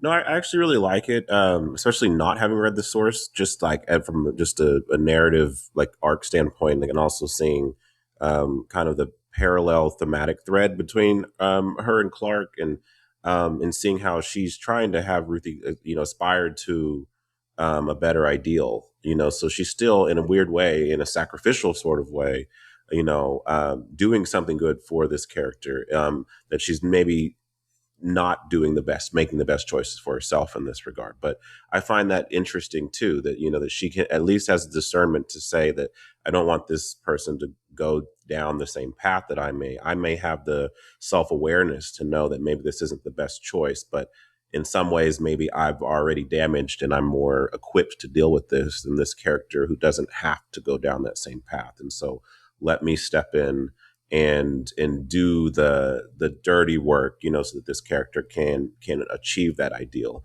in the way that maybe Clark would have done, so that's an interesting duality I think that she has, so I found that the choice there at the end interesting too, because like you mentioned, it's a wild card, and it makes it where her choices are not always going to be the clearest or the most obvious, and so that's actually exciting, so that they aren't so predictable, in maybe the way that maybe Clark's would be. So. Right. Yeah, makes it a very Snape Draco Malfoy moment, right? Where she is stepping in to save Ruthie's soul because she can heal in the sun. She can go on superpowers. Ruthie cannot. Right. Like, right. Kara can absorb it. There's still hope, metaphorically and physically. Well, and because my interpretation is, well, again, I think this again goes back to Shawn, what you're saying about the nuances between Clark and Kara. I think a lot of the values they have are pretty similar, probably, but they come from different places. I think Jada, you point out, hers come from her mother and father, Kryptonian heritage. Clark's come from, salted to the earth, farmer on Earth, and Clark has the luxury of not having seen some shit when he was younger. I mean, I guess we haven't gone into we don't know all the ins and outs of his childhood. There was 10 seasons of Smallville, so Well, I mean, that's what Jonathan Kent told him in the Superman movie, right? While they're sitting on the porch, is where your his research values is right come there. from. If you didn't do it, guys, it's on you. Right, it's that nurture versus nature that Jonathan tells him about last year in the Superman movie while they're out on the porch. The values that you have, because we obviously know that his dad wants him to be the ruler of Earth, and they keep bringing that up. So who do you become? The person you're, air quotes, destined to be, or the person that you are. Yeah, that sort of thing. And I think with Clark, he has the luxury of, he was raised in that sort of home where he had that love and nurturing. And I mean, I'm going to assume, Smallville, not within this canon, he probably didn't, see his entire species. He didn't see his entire species he didn't see the planet implode. Like, he's heard about it. He feels it. He feels alone. But like Kara actually saw that happen. And then she found the little, she saw the sickness that was consuming all her entire, what was left of her species before getting jettisoned off. And so I don't think the values are necessarily dissimilar so much as she's just more practical. And she sees the gray areas that he can't see in a lot of ways, which again, I think, as you said also, Shawn, makes her a compelling kind of middle ground between Batman and Superman. And I also kind of read it as she's probably killed someone before. It made me ask questions. I was like, oh, if she's killing this guy after she gave that whole moving speech, it's because she's probably killed someone before, which makes me wonder, who did you kill and why? And and maybe there's not a there. That's just me sort of like interpreting, okay, she's seen some stuff. Well, outside of the Krypton stuff, that was not an active choice she made. That was just a thing she had to watch. In this case, you're making an active choice to kill someone right after you told someone not to do it because you believe that's the self-righteousness coming out, which is also a part of both of those characters, Superman and Supergirl, is they are very self-righteous, have a very strong sense of what their jobs are. So I can take on that burden to do the dirty work because I've already I've already gotten my hands dirty, so you don't have to. So I can be your savior in that way. So I know I found all of that to be really interesting. I do think for the average viewer, it muddles the message a little bit, but I think from a character perspective, I think it's a lot more compelling, especially from the larger DCU I think they're trying to set up. Anything you guys want to add about how the film kind of talks about sort of managing the demons? Managing these demons of having witnessed the death of your planet versus maybe Clark's more Boy Scout approach of just vanquishing the demons. I think it tries to make him perhaps more relatable, because I think what I always like the dichotomy of just like Magneto versus Professor X's choices. They both have dealt with similar plights, but they have very, very different methodologies for how to channel those things. And then the same thing, if we're going to go with is it Killmonger and T'Challa? Like there's also that kind of Malcolm X versus Martin Luther King approach to it. They both have a goal for their people, but at the same time, one has a more aggressive approach and one has a more aspirational approach. And so there seems to be a similar thread here with this. And I think that she seems, at least for the most part, it's not that it's not. She's obviously fraying at the edges, and she's not even seemingly all that happy with her circumstances. But she's definitely able to compartmentalize. Like, I'm doing this for these reasons, and I feel like it's the necessary evil I have to do right now. And then when you bring in this character who has a similar track record, she wants to go and exact revenge, but she's saying to herself, "Hey, like, if you do that, then it's kind of a point of no return, and then you're going to be in this same kind of complicated headspace that I'm in right now. And if I could save you or spare you of that for as long as I can, within my own reach, then that's the gift I can impart, with you." And I found that, to me, that it does make it seem, like an act of heroism in a way, but just with, but that's more so for in a selfless way than it is about than how it afflicts herself. So. Yeah, Laron, I really love that you brought up Thunderbolts, another movie that I loved from last year. Yeah. I feel like there was almost an innate parallel between the two, in obviously their characters are dealing with all sorts of trauma, how to deal with the aftermath, how to keep living and thriving, despite having that. And I feel like both of them really aptly sort of portray the fact that grief and pain and anger aren't things that you can just snap and they disappear. You can't make them go away. You can't shove them down. You can't just, ignore them, because they'll come up one way or another. But you learn to live with that pain. You learn to live with that grief. And usually that's through connecting with other people or finding a community. And I feel like Kara does that, even if crypto at the moment is her community, even if, because at the very end, she's like, I'm going to regret this, but you can tell she really wants to invite Ruthie along for another last minute birthday celebration. Just even that little choice of allowing Ruthie to come along with her for that after everything they've been through is a sign of, her recognizing, hey, I've got a lot of pain. You've got a lot of pain. Let's just carry it together while we go on our next adventure. And I feel like that's something that is really important to see, especially in, today's time, where despite all of the overload of information that we have and the number of people everywhere, it's so isolating for everyone. I just think that that's something that really kind of jumped out to me in this. Yeah, I think that's a good point. It's crazy how much we bring up Thunderbolts on this show. Turns out it must have been a pretty good movie. Comes up a lot. It was about something. It was about something. Yeah, definitely. Yeah. Sean, anything you want to add to that before we move on? Oh no, I 100% agree on that. That moment of connection at the end, I hadn't actually rethought about till you mentioned it. Now was she has the choice to leave Ruthie on that planet to deal with her own pain with an old family member that's not going to, really deal with the pain, and let her process in the way that Kara was processing at the beginning, which was just floating through space, isolated and alone again, like Batman.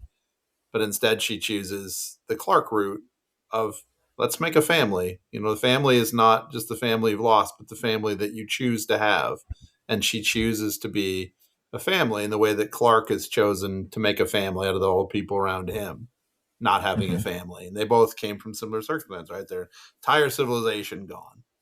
You can live in your feelings, or you can reach out to other people and bond with them. And I hadn't thought about it till you mentioned that, was that moment at the end and how beautiful that is, that she invited her to come along. Mm-hmm. Yeah. No, I think it's a very nice touch. And even the last line where she says, "Is your aunt going to care?" It's just no. So that her aunt wouldn't help her process that grief, but Kara's going to help her process that grief. Mm-hmm. Yeah. Well, and it does lead to a touching conversation between Kara and Superman, Clark, and notice She didn't tell him the details. Both of them were like, Right. "Yeah, it was Just keeping that. It was a tough one. We're not going to talk about why those were. We each had tough days, but they were tough days." Through the throat. Yeah. Yeah. Laron. Yes. On the note about movies that are about something, just to wrap this up, listen, this movie has been met with pretty mixed reviews. I think on this show we're middling positive. Like I don't think any of us are really mega down on it, just disappointed, but also like obviously there's a lot of positive that we're talking about here. But the box office numbers were just not there. This is it was the projections were already coming in under what they wanted, and it came in under the projections by like almost $20 million. So it's we are past the heyday for superhero films. You know, I mentioned Wonder Woman. I mentioned Captain Marvel. I thought those were both less. Frankly, I thought both of them were lesser movies than this movie, and they both made like Captain Marvel made over $1 billion purely because it was an MCU movie that came out between Avengers movies. The hype was there, the momentum was there. It used to be you could put out a mediocre superhero movie that made $1 billion just purely because it was a superhero movie. I'm not here to declare superhero movies dead. I mean, we've got a few other on the docket that we know are coming. So in the DCU, for example, we've got Clayface coming later this year. That one's actually really an interesting project. Mostly because of people working on behind the camera on that one, and it looks like a Cronenberg type horror movie, which is really fascinating. I think James Watkins, who did Speak No Evil last year, I think is the director. And then what's his name? I always forget his name. The guy who wrote Haunting of Hill House and all those. He's the writer. I always try to look at his name. Yeah, I know. I always forget his name. The writer of Haunting of Hill House, Midnight Mass, one of my favorite things of the last 20 years. I can never remember the guy who's Mike Flanagan. Thank you. Mike Flanagan. Thanks, Brain. Mike Flanagan is writing the screenplay. So anyway, Clayface, interesting. We have, and then also in DCU next year, we've got Superman, The Man of Tomorrow. That's 2027. That one's already filming, so we know that's definitely coming out. Later this summer, Spider-Man, Brand New Day, and then Avengers, Doomsday, of course, at Christmas. So superhero movies are not dead, but there are fewer comic book adaptations than there have ever been. I will say ever. Fewer comic book adaptations today than there were 10 years ago, let's say, for example. I guess a question I asked for you guys, I mean, what can filmmakers or executives, frankly, learn from both Superman, which was, as you could tell, well received by fans and critics at the box office, and then Supergirl, which has been less well received. What can they learn in terms of approaching a superhero genre film? Laron, I'll throw it to you first. I just think that people's appetite for these isn't as insatiable as it used to be. And so we're simply demanding as viewers, consciously or unconsciously, to not phone it in anymore. Like we need top shelf. If you're going to keep us on this train, if we're going to continue to feed this monster, that is the DC MCU, all of the superhero films, I feel like we need to have, they need to be cream of the crop. And that I don't think at this point, 48 million movies in, that's a big ask, because we've seen a version of Supergirl before, in different forms, and so why is this Supergirl the movie we should go see? Is the question I think they need to be asking with each new project. What is it we're going to do with this that we have not done 48 times before? What are those areas of nuance that we can insert into this where maybe we can have a larger conversation in the way that maybe Superman just did, it was about a certain ideal, but it also seemed to have some timely connections towards, our own current climate. So there's that connection, or that's a smart choice to make. And that's a smart choice to put it in at this time frame, because it may be the message people need to hear right now. And so I just don't think you can ask those questions with this particular Supergirl, like the why and why it's important, why now, why urgent, outside of we just made a successful Superman movie, we need to make more money, so I think that the end goal, which I know is for them is their bottom dollar, cannot be the only reason you make these movies anymore, because there's going to be a waning interest in that throughout time. At some point we start to realize the cash grabbiness of it and feel a little icky ourselves and stop showing up as often. So mm-hmm. Yeah. Shawn, any thoughts on that? Yeah, I mean, I guess having the hindsight of already having, I guess, lived through this era before as an older person, through the 80s when everything was blockbuster, blockbuster, blockbuster, blockbuster.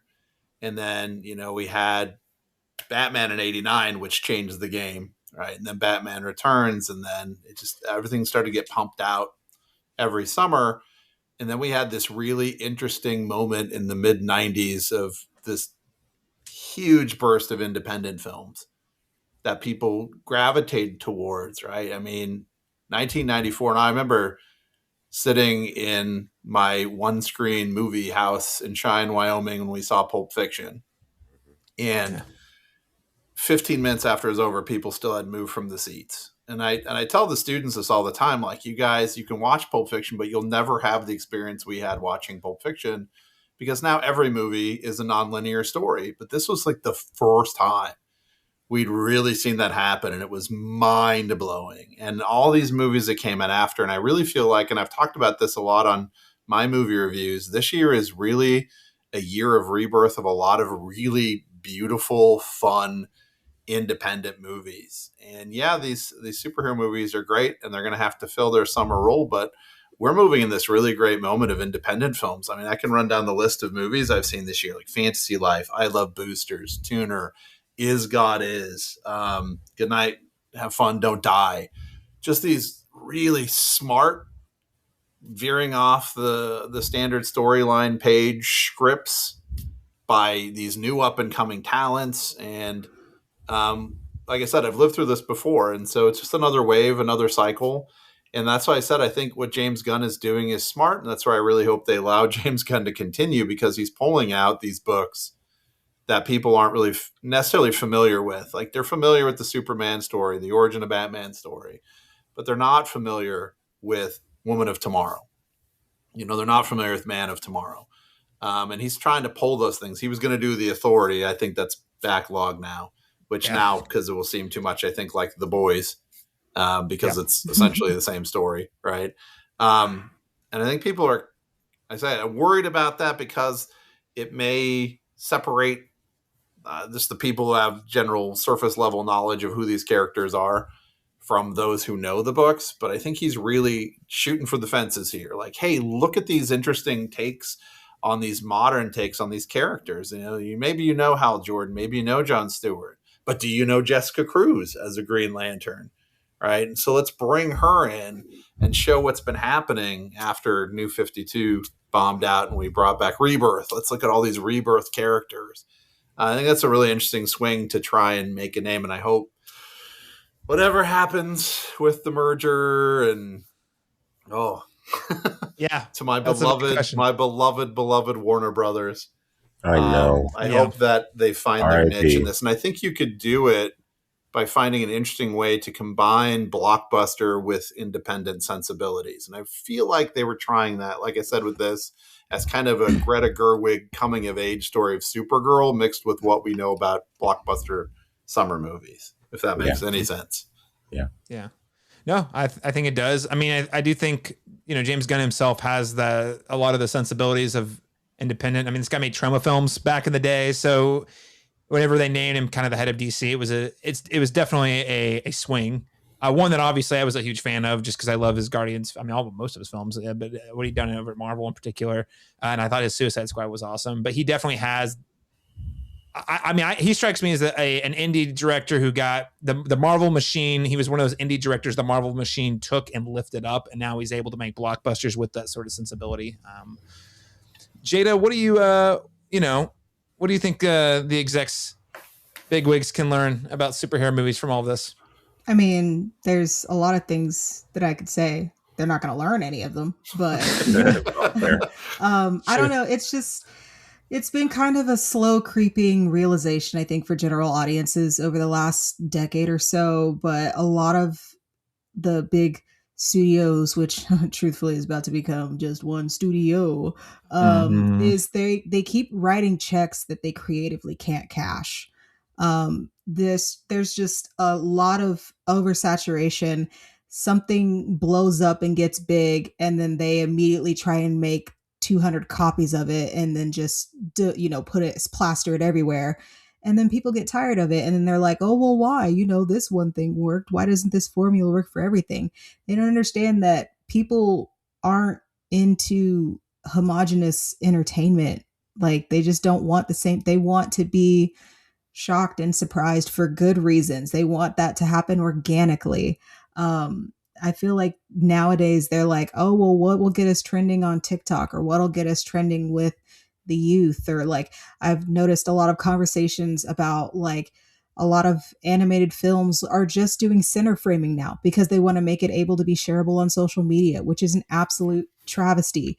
I feel like just with the rise in, social media sharing, and then just the absolute clusterfuck that is just the streaming service model nowadays, has really kind of sucked all of the fun and possibility and creativity out of movie making, because now it is not just, hey, what's the best way that we can tell this story? And now it's just, how do we optimize this for the algorithm, or for, get the most clicks, get the most views? How do we get this trending, or how do we get this to be talked about? Which is really, I think, detrimental to the industry as a whole, not just for superhero films, but just for all kinds of, projects.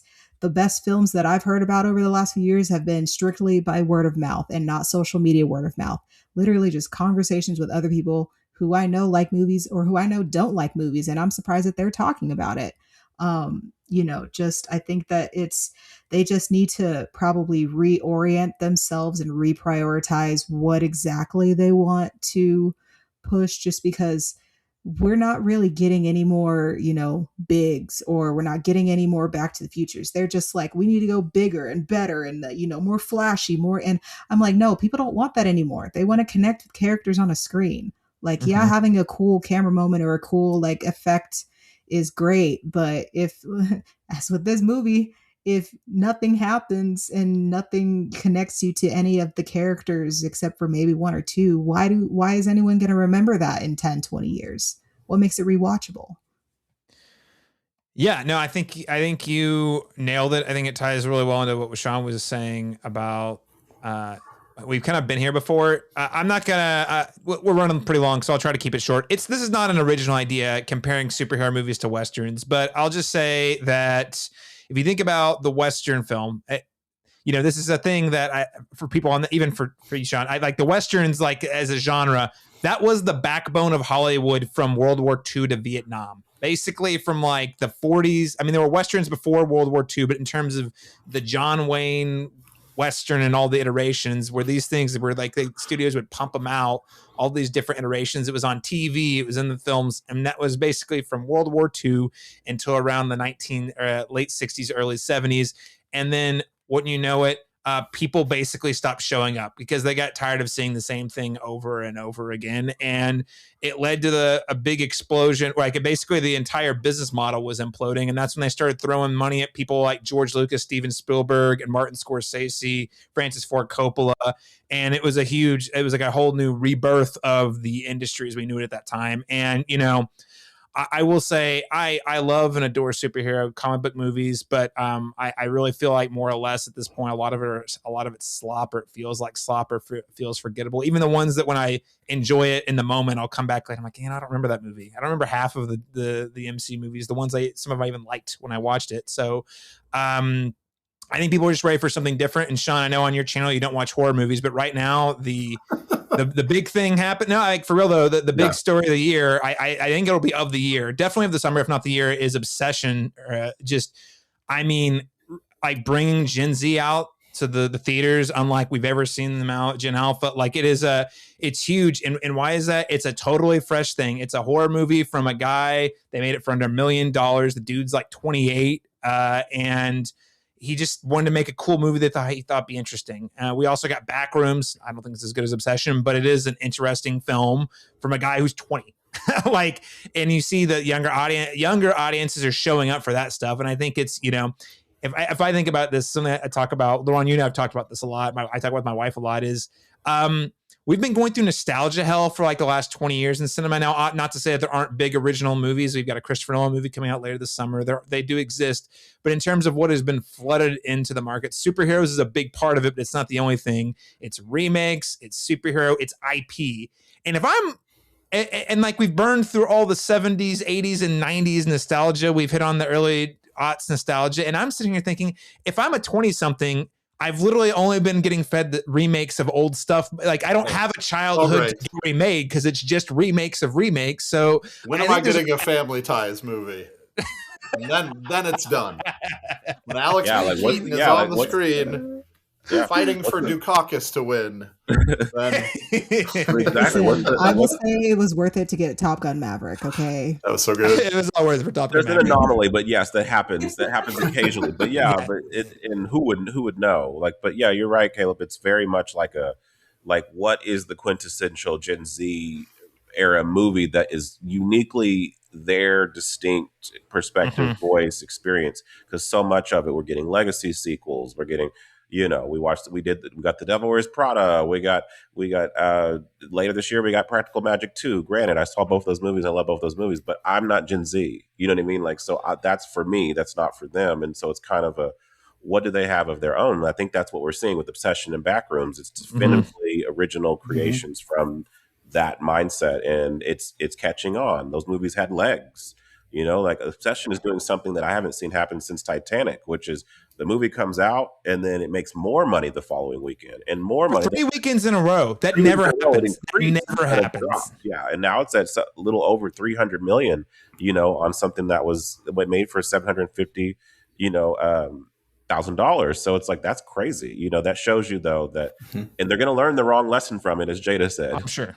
I'm sure they're going to take it and they're going to make 58 Backrooms. They're going to make 38 Obsessions, and then we're going to get sick of it. As a teacher, I see this all the time. Like, right, we talk about this constantly. Like, I obviously, as someone who's Gen X, we grew up raised by movies and television, and we can have conversations with each other in movie lines and TV lines till the cows come home.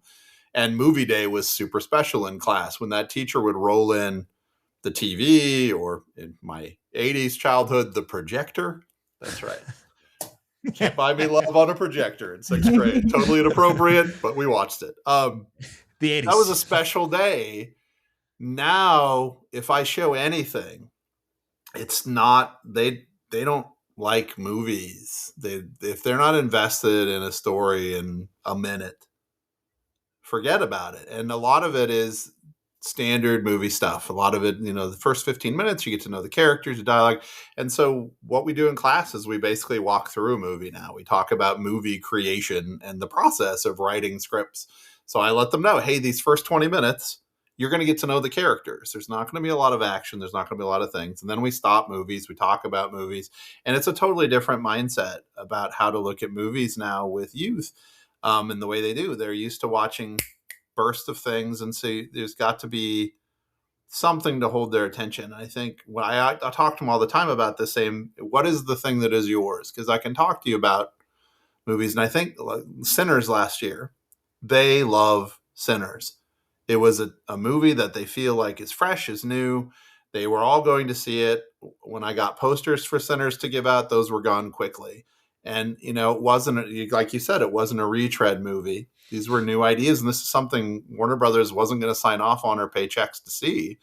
And Warner Brothers hopefully learned their lesson that, yeah, you're right. These they have new ideas. They have a different way of looking at the world and a different way of viewing media that Backrooms and Obsession attached to, because they came, from YouTube videos and things and directors. And that is what they need to be looking at for them to have ownership of something. Because you're right. It's right now, it's just adults telling them you should watch Three Amigos or, in class we watch Moneyball, and they eventually like it by the end as we walk through it when we do economics. But you're right. They absolutely need something of their own if this is going to be a surviving industry.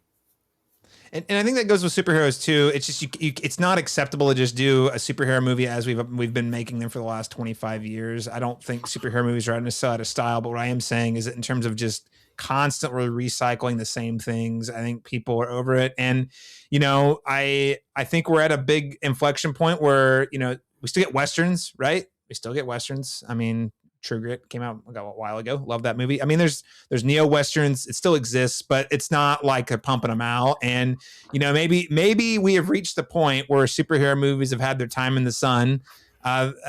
Listen, we're going to get another Batman too. We're going to get I don't think the Batman's ever going to go out of style. People love Batman, but like the getting 2 or 3 or 4 or 5 a year, and they all just make tons of money. I just think the days are behind us. And I think also the bar has been raised dramatically. Like if you are going to make one of these, you better have something to say, and you definitely better be having it better be something that's appealing to a young audience. The last thing I'd say is that there's a reason that even the IP movies that are hits among Gen Z, Five Nights at Freddy's and Minecraft. Those are both like video game franchises I am aware exist and had heard about them for years, but had never played because they all kind of came after my time as a person who played games like those. And I just think that Gen Z loves going to the movies. Shawn, I really appreciate you kind of walking us through the process. I think it's just more like the kinds of movies they want to see are just a lot different and speak to them differently than they have a different sense of humor and different sensibilities. That's why Minecraft spoke to them, because they live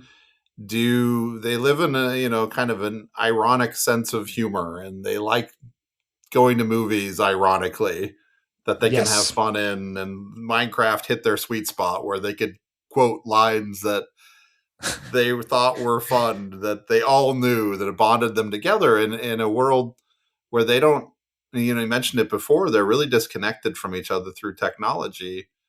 And to find that the movies can still be a place for them to find community is an important thing for their growth, because otherwise people just assume that they live in this world of isolation behind their screens. And I often talk to them about this all the time. They're so kind to one another, so much kinder to one another, and looking for a community and looking to bond with one another more than my generation ever was. And people don't give them a lot of credit for that, but they are just so accepting of one another in class and looking out for one another in a way that my generation just was not. They're looking for those experiences to find commonalities between each other. They're hungry for it. We spoke for a couple hours plus on this, longer than the runtime of the movie. By the way, congratulations, guys. We did that. We did it again. There we go. Jada, Merritt, thanks so much for joining us today. Where can people find you and all your work online? Yeah, thanks for having me. You can find me on Letterboxd at Jada Merritt or JNMERRI. Or you can find me on Instagram at J.MERRITTT. Yeah. Check out her Letterboxd. It's a good follow, I promise. Shawn Curtis, I'm glad we finally had an opportunity to podcast together. I think we did it like about a decade or so. Batman versus Superman like a decade ago. Yeah, Batman versus Superman. Very at odds on that one. But we've come a long way, both of us since then. So thanks so much for carving out time to sit down with one of your former students and chat superheroes. Where can people find you and all the great things you're doing on the internet? I have a letterbox, but I don't think anyone ever reads it. So like, all right, well, nobody cares about me.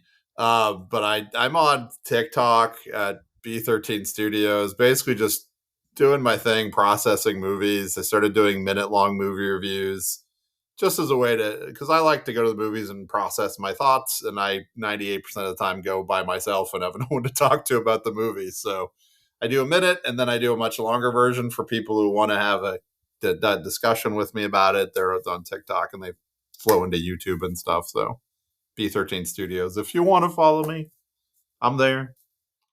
Shawn, I do care about you and your letterbox. So if you want to go ahead and throw your letterbox handle out there, if I'm not following you, I haven't done it so long. It's probably B13 Studios. Thank you. It's probably B13 Studios. Yes, we are on there. B13. I will find you. I will find you somewhere. Laron Chapman, my friend. Thanks for joining us for Supergirl. Yeah, for sure. Glad to be here. And where can people find you online? They can always find me here at thecinematropolis.com for more reviews, whether it's on my review column or it's here for more podcasts, or you can follow me also on Letterboxd at black_Cine_man. And then as of recently, I write one review a month for the Oklahoma Gazette as a requisite film critic. So there you go. I'm in print. I'm on the media. Look, I'm everywhere, guys. You're taking over the world. There's no excuses to hear my opinions. You can avoid them, but you can't escape. He is like Zod. His opinions are like Zod from Man of Steel. He will find you. Well, of course, you can find me all things at cinematropolis.com or on Letterboxd and Instagram at CMastersTalk. That's letter C Masters Talk. Thanks so much for joining, everyone. You know, it's funny we mentioned Obsession and Backrooms. It might be a little bit of a teaser for our next episode where Laron and I talk about all things horror that have been happening this summer. More specifically, we're going to talk about 4 films: Obsession, Backrooms, Leviticus, and Evil Dead Burn. That should be in 2 weeks. A lot of great things happening in the horror scene this year. Can't wait. Yep, we're going to bring Shawn back on to review all 4 of those with us. All 4 of those. Look, to be clear, I like suspense movies. I don't like gore movies. My daughters are trying to drag me. Yeah.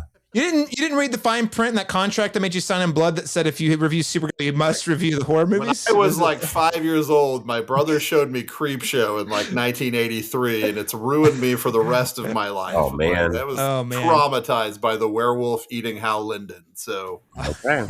Wow. Well, listeners, if you want to be traumatized in the same way Shawn was, you got to check out our next episode. We'll catch you again next time.